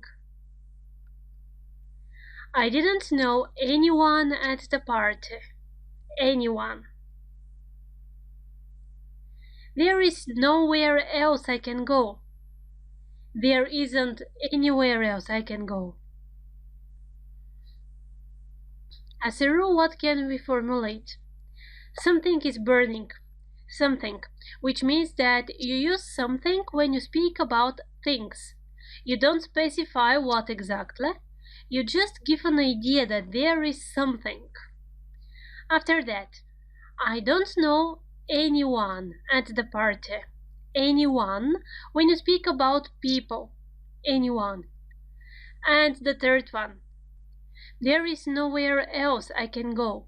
Nowhere, places. So something, think, things.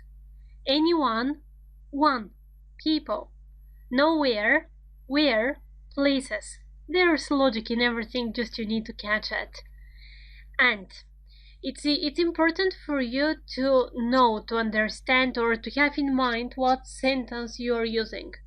Because the first parts of these small words change due to the sentence, because of the sentence. For example, in a positive sentence, you use somebody, something, somewhere.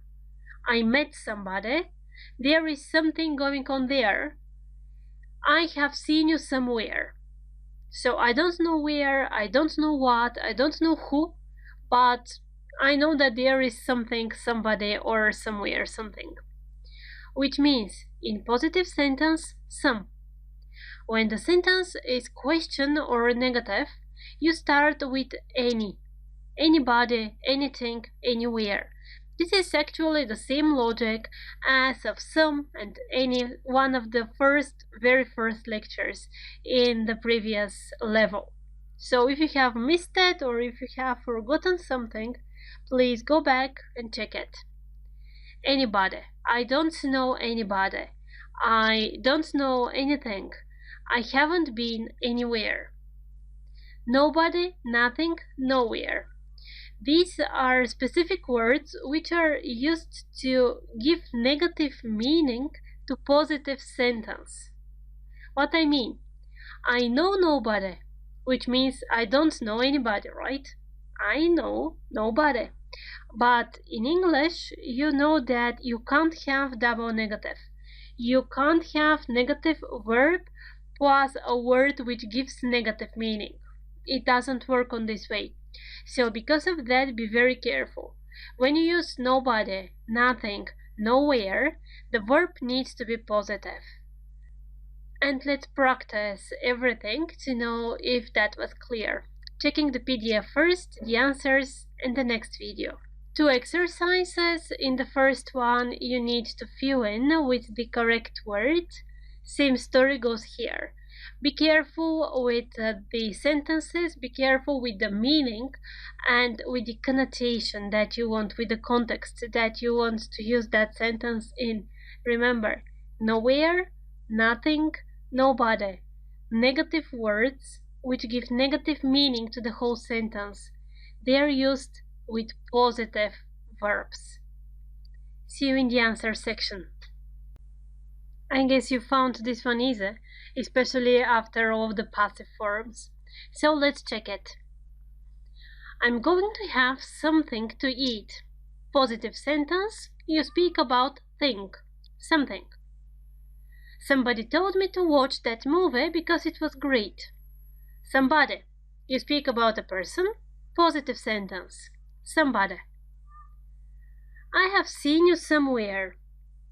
Somewhere, positive sentence, and you speak about a place, somewhere. Nobody was there when I arrived. Nobody was there.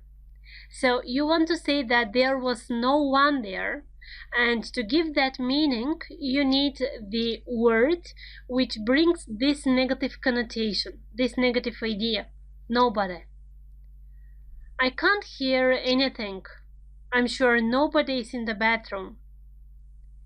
I can't hear anything. I'm sure nobody.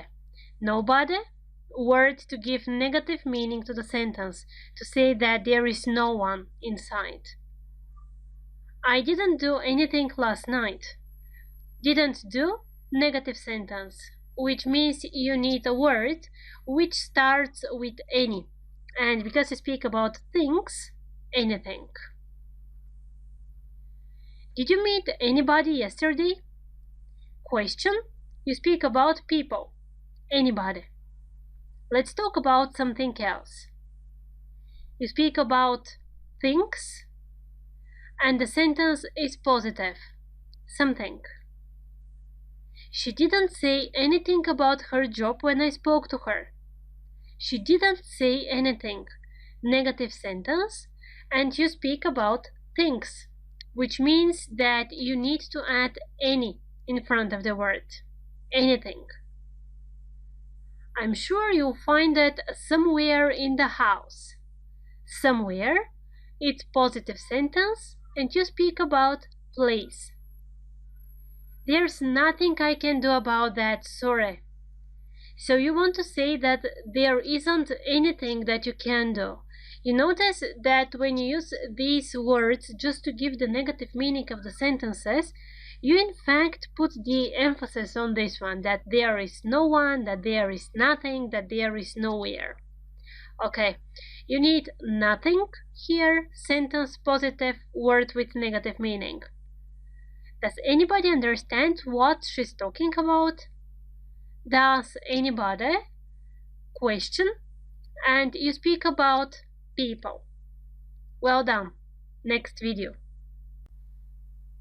I promised you 2 lectures on different topics before we continue with verbs and passive and active and so on. So here is the second one. So am I? Neither am I. Let's see what these are, in what situations they are used, and what's the logic behind. So, I'm happy. So am I. I have been to Canada. So have I. Third example. I went to the party last night. So did I. Seeing these 3 sentences, what you notice? First, with the second sentence in each pair, you express agreement. You say that the same thing which was said is applicable for you. I'm happy. I'm happy too. I've been to Canada. I've been to Canada too. That's the logic. But this is just a shorter way to say it, a more concise way. How this is done? There is a rule which is followed everywhere. In all of these 3 sentences, first we have positive structures. I'm happy, positive. You agree to something which is positive. You say that this positive statement is applicable for you. This is first. After that, I am, so am I. I have, so have I. You see, there is inversion. Inversion means that the places of the verb and the pronoun are changed. I am, so am I. I have, so have I. Third, you notice that we keep the tense. I am, present simple, so am I. I have been, present perfect, so have I. I went, so did I. You keep the tense everywhere. And this is when we speak about something positive, when we agree to something positive. What about this? I'm not sad. Neither am I. So we have a negative situation, and we say that this negative sentence is correct for us too, is applicable for us too. In this case, you see, we use neither. 2 more examples. I haven't been to Canada. Neither have I. I didn't stay in last night. Neither did I. The same rule. I'm not sad. Neither am I. I haven't been. Neither have I. I didn't stay. Neither did I. To a negative sentence that has already been said. And in order to do it, first you make inversion as in the positive pattern. After that you keep the tense. I'm not sad, neither am I. The sentences start with neither. After that is the inversion in the same tense as the original one. Meaning again, you say that the statement which was said by somebody else is true for you as well. Theoretically speaking, again, perfect. Let's do the exercises. I want you now to pause the video to check them. They are just several sentences, and we will do them together now in this video. Ready? We are starting. They have lived here for ages. So have we. They have lived. So the tense is present perfect. You need inversion. You need to start with so because this is a positive sentence. So have we. I'm not talking to you. Present continuous. Negative sentence. Neither. Neither am I. Inversion. Tom will pass the exam. Positive sentence. The second starts with so and inversion. So will you. Future simple. He can draw. So can she. So can she. Positive sentence is the first one. You express agreement. It starts with so. And you have the modal verb can. Inversion. He doesn't work in an office. Neither does she. He doesn't work. Negative sentence. To express agreement or to say that the same thing is applicable for you, you start the sentence with neither, then the positive form. Neither does she. Second group of sentences. I'm really hungry. So am I. Positive sentence, present simple, so. Inversion, so am I. He doesn't speak Italian. Present simple, negative sentence. To express agreement, you start with neither. Neither do I. I have never been to Italy. Neither have I. Present perfect. Pay attention to this sentence. I have never been. Never is the word which gives the negative meaning to the whole sentence. And to keep it, you need to start your agreement with neither, which is typical for the negative sentences. Neither have I. Neither, present perfect. He is playing the guitar. Present continuous. So is his sister. He is playing. Positive sentence.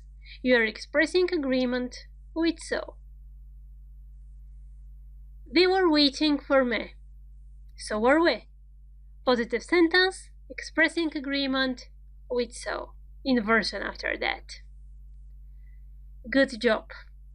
Did you start missing tenses? I have good news. Next video is waiting for you. See you there.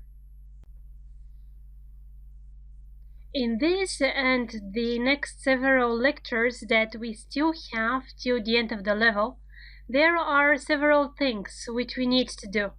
New tense, comparisons, summary. A lot of work in fact, so let's get started. And this new tense, last for the A2 level, is past perfect. Let's see in what situation we need past perfect. So, I woke up at 8. It stopped raining at 6. It had already stopped raining when I woke up. The first thing which you need to remember about past perfect is that it is used only when there are at least two verbs in one sentence. Past perfect refers to the past only past. And this is past moment before another past moment. Okay? Again, past moment before another past moment. In this situation, now it is, let's say, 9.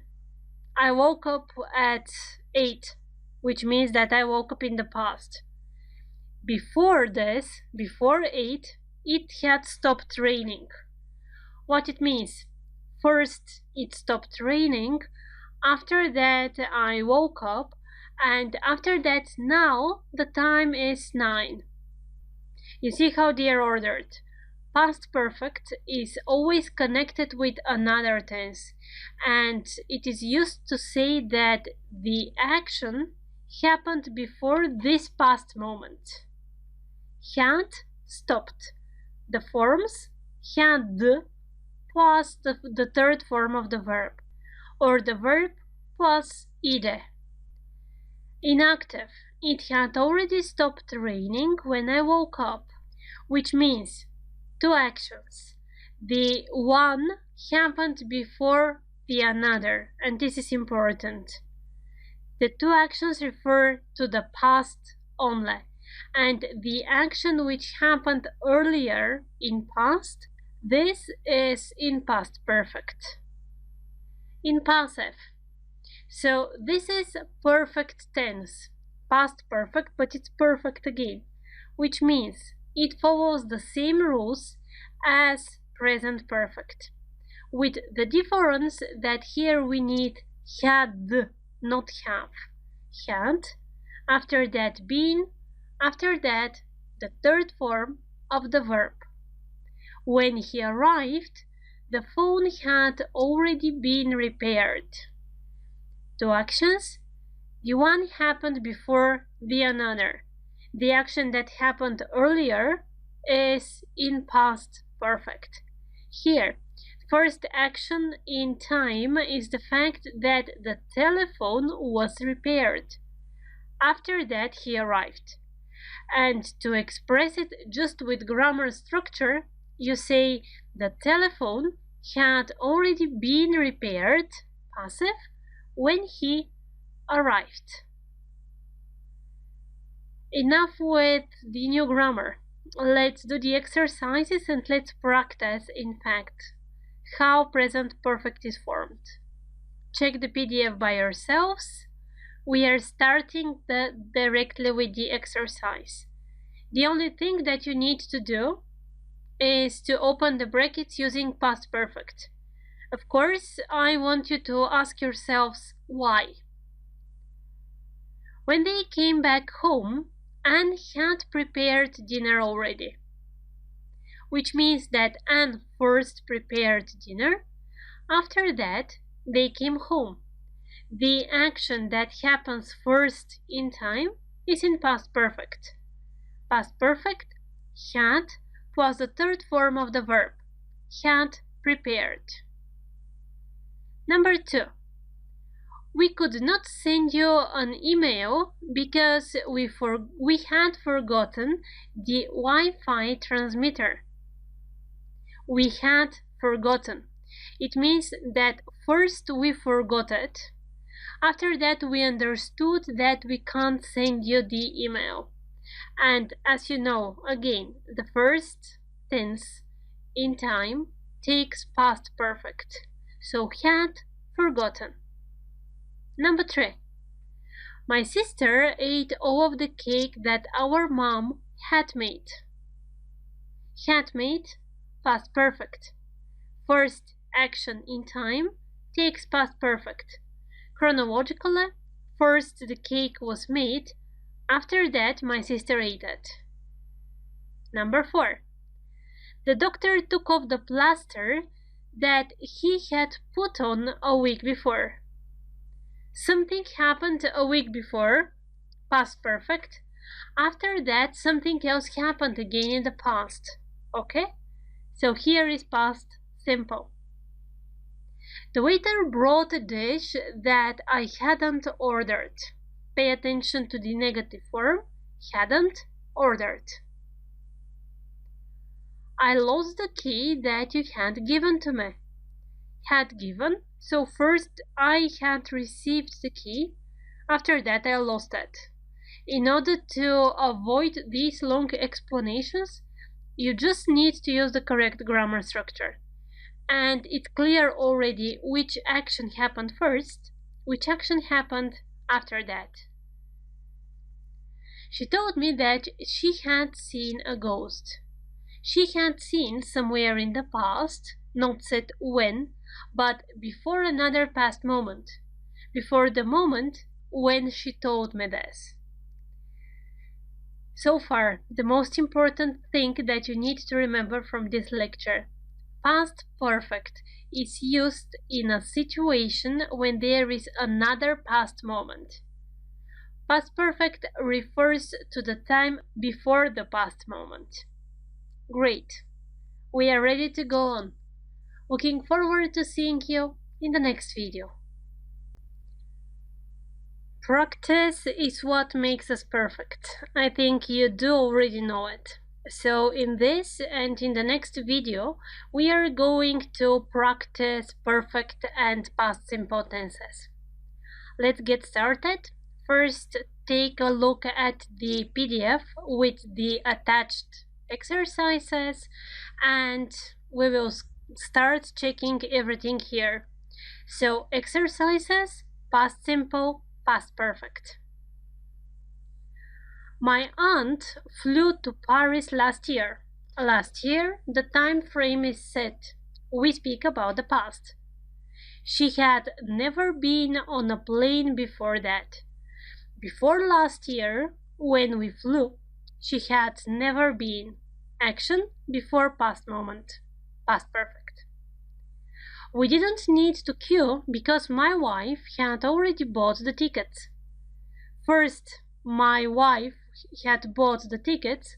After that, we were on the queue. Past perfect again.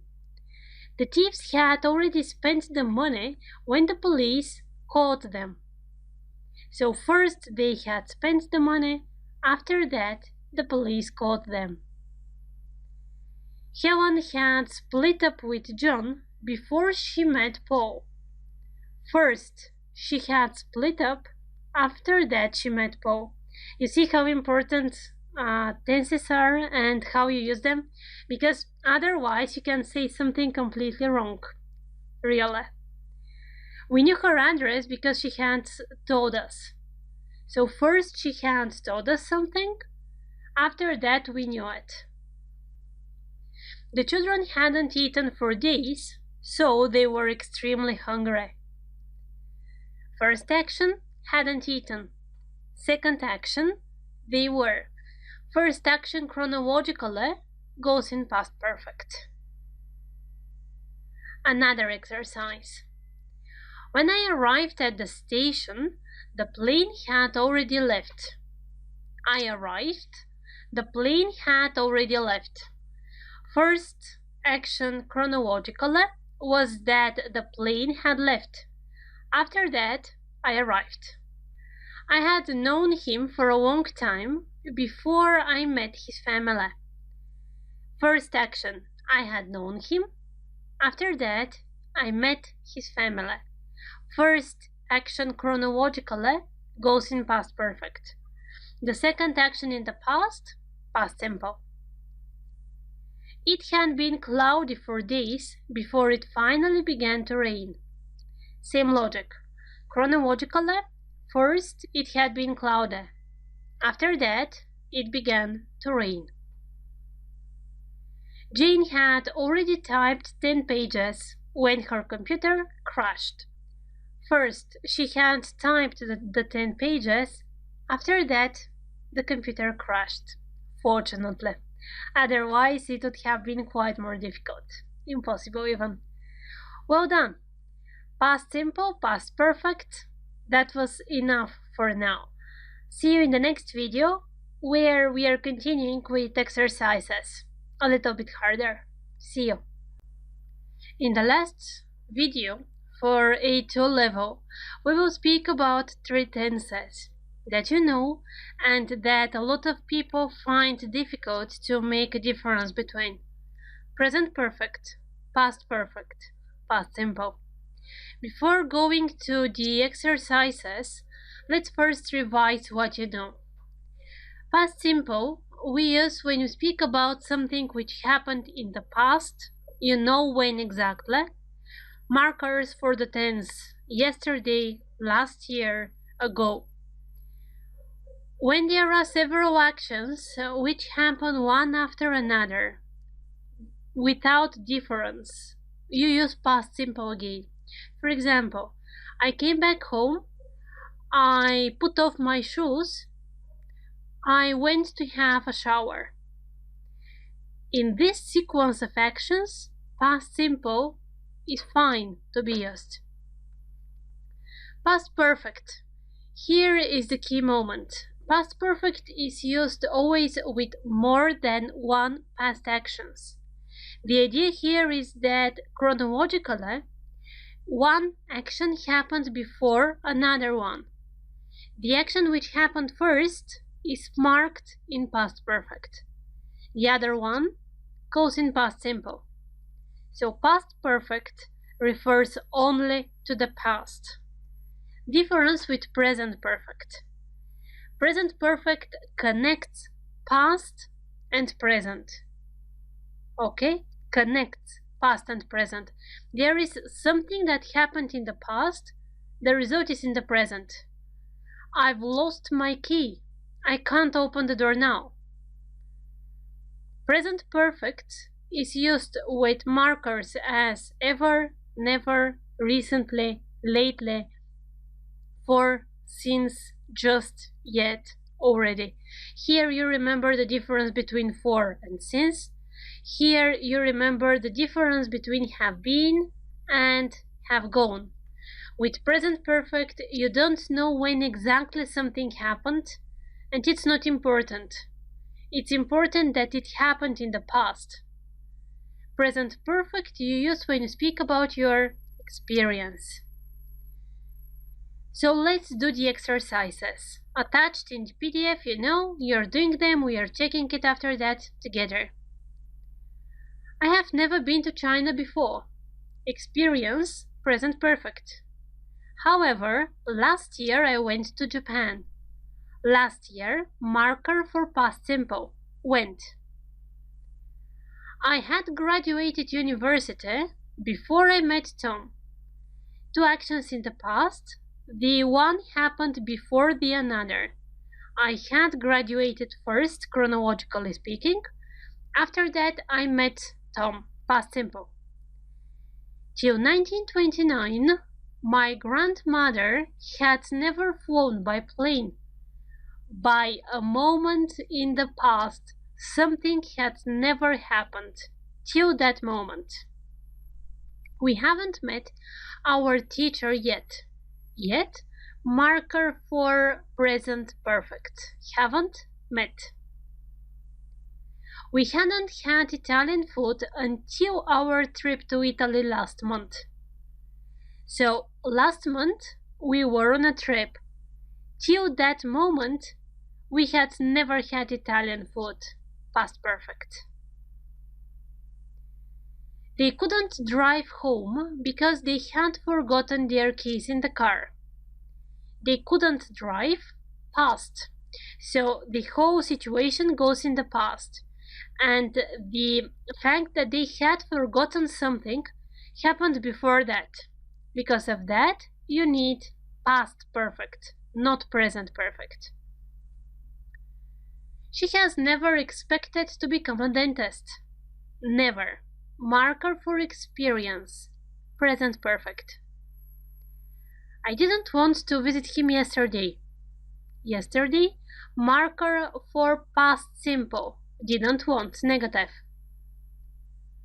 We had never spoken about that before she called me last night.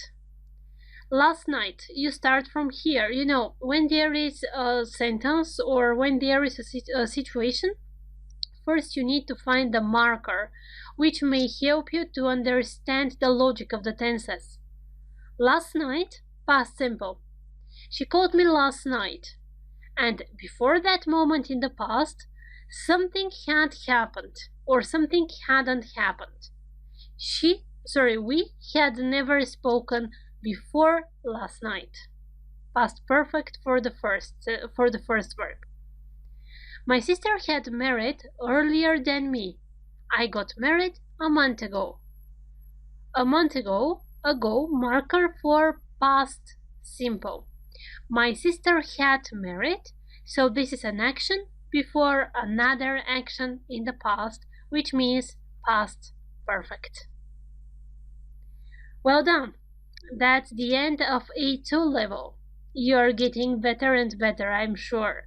So let's get started with B1. I'll be looking forward to seeing you there. See you.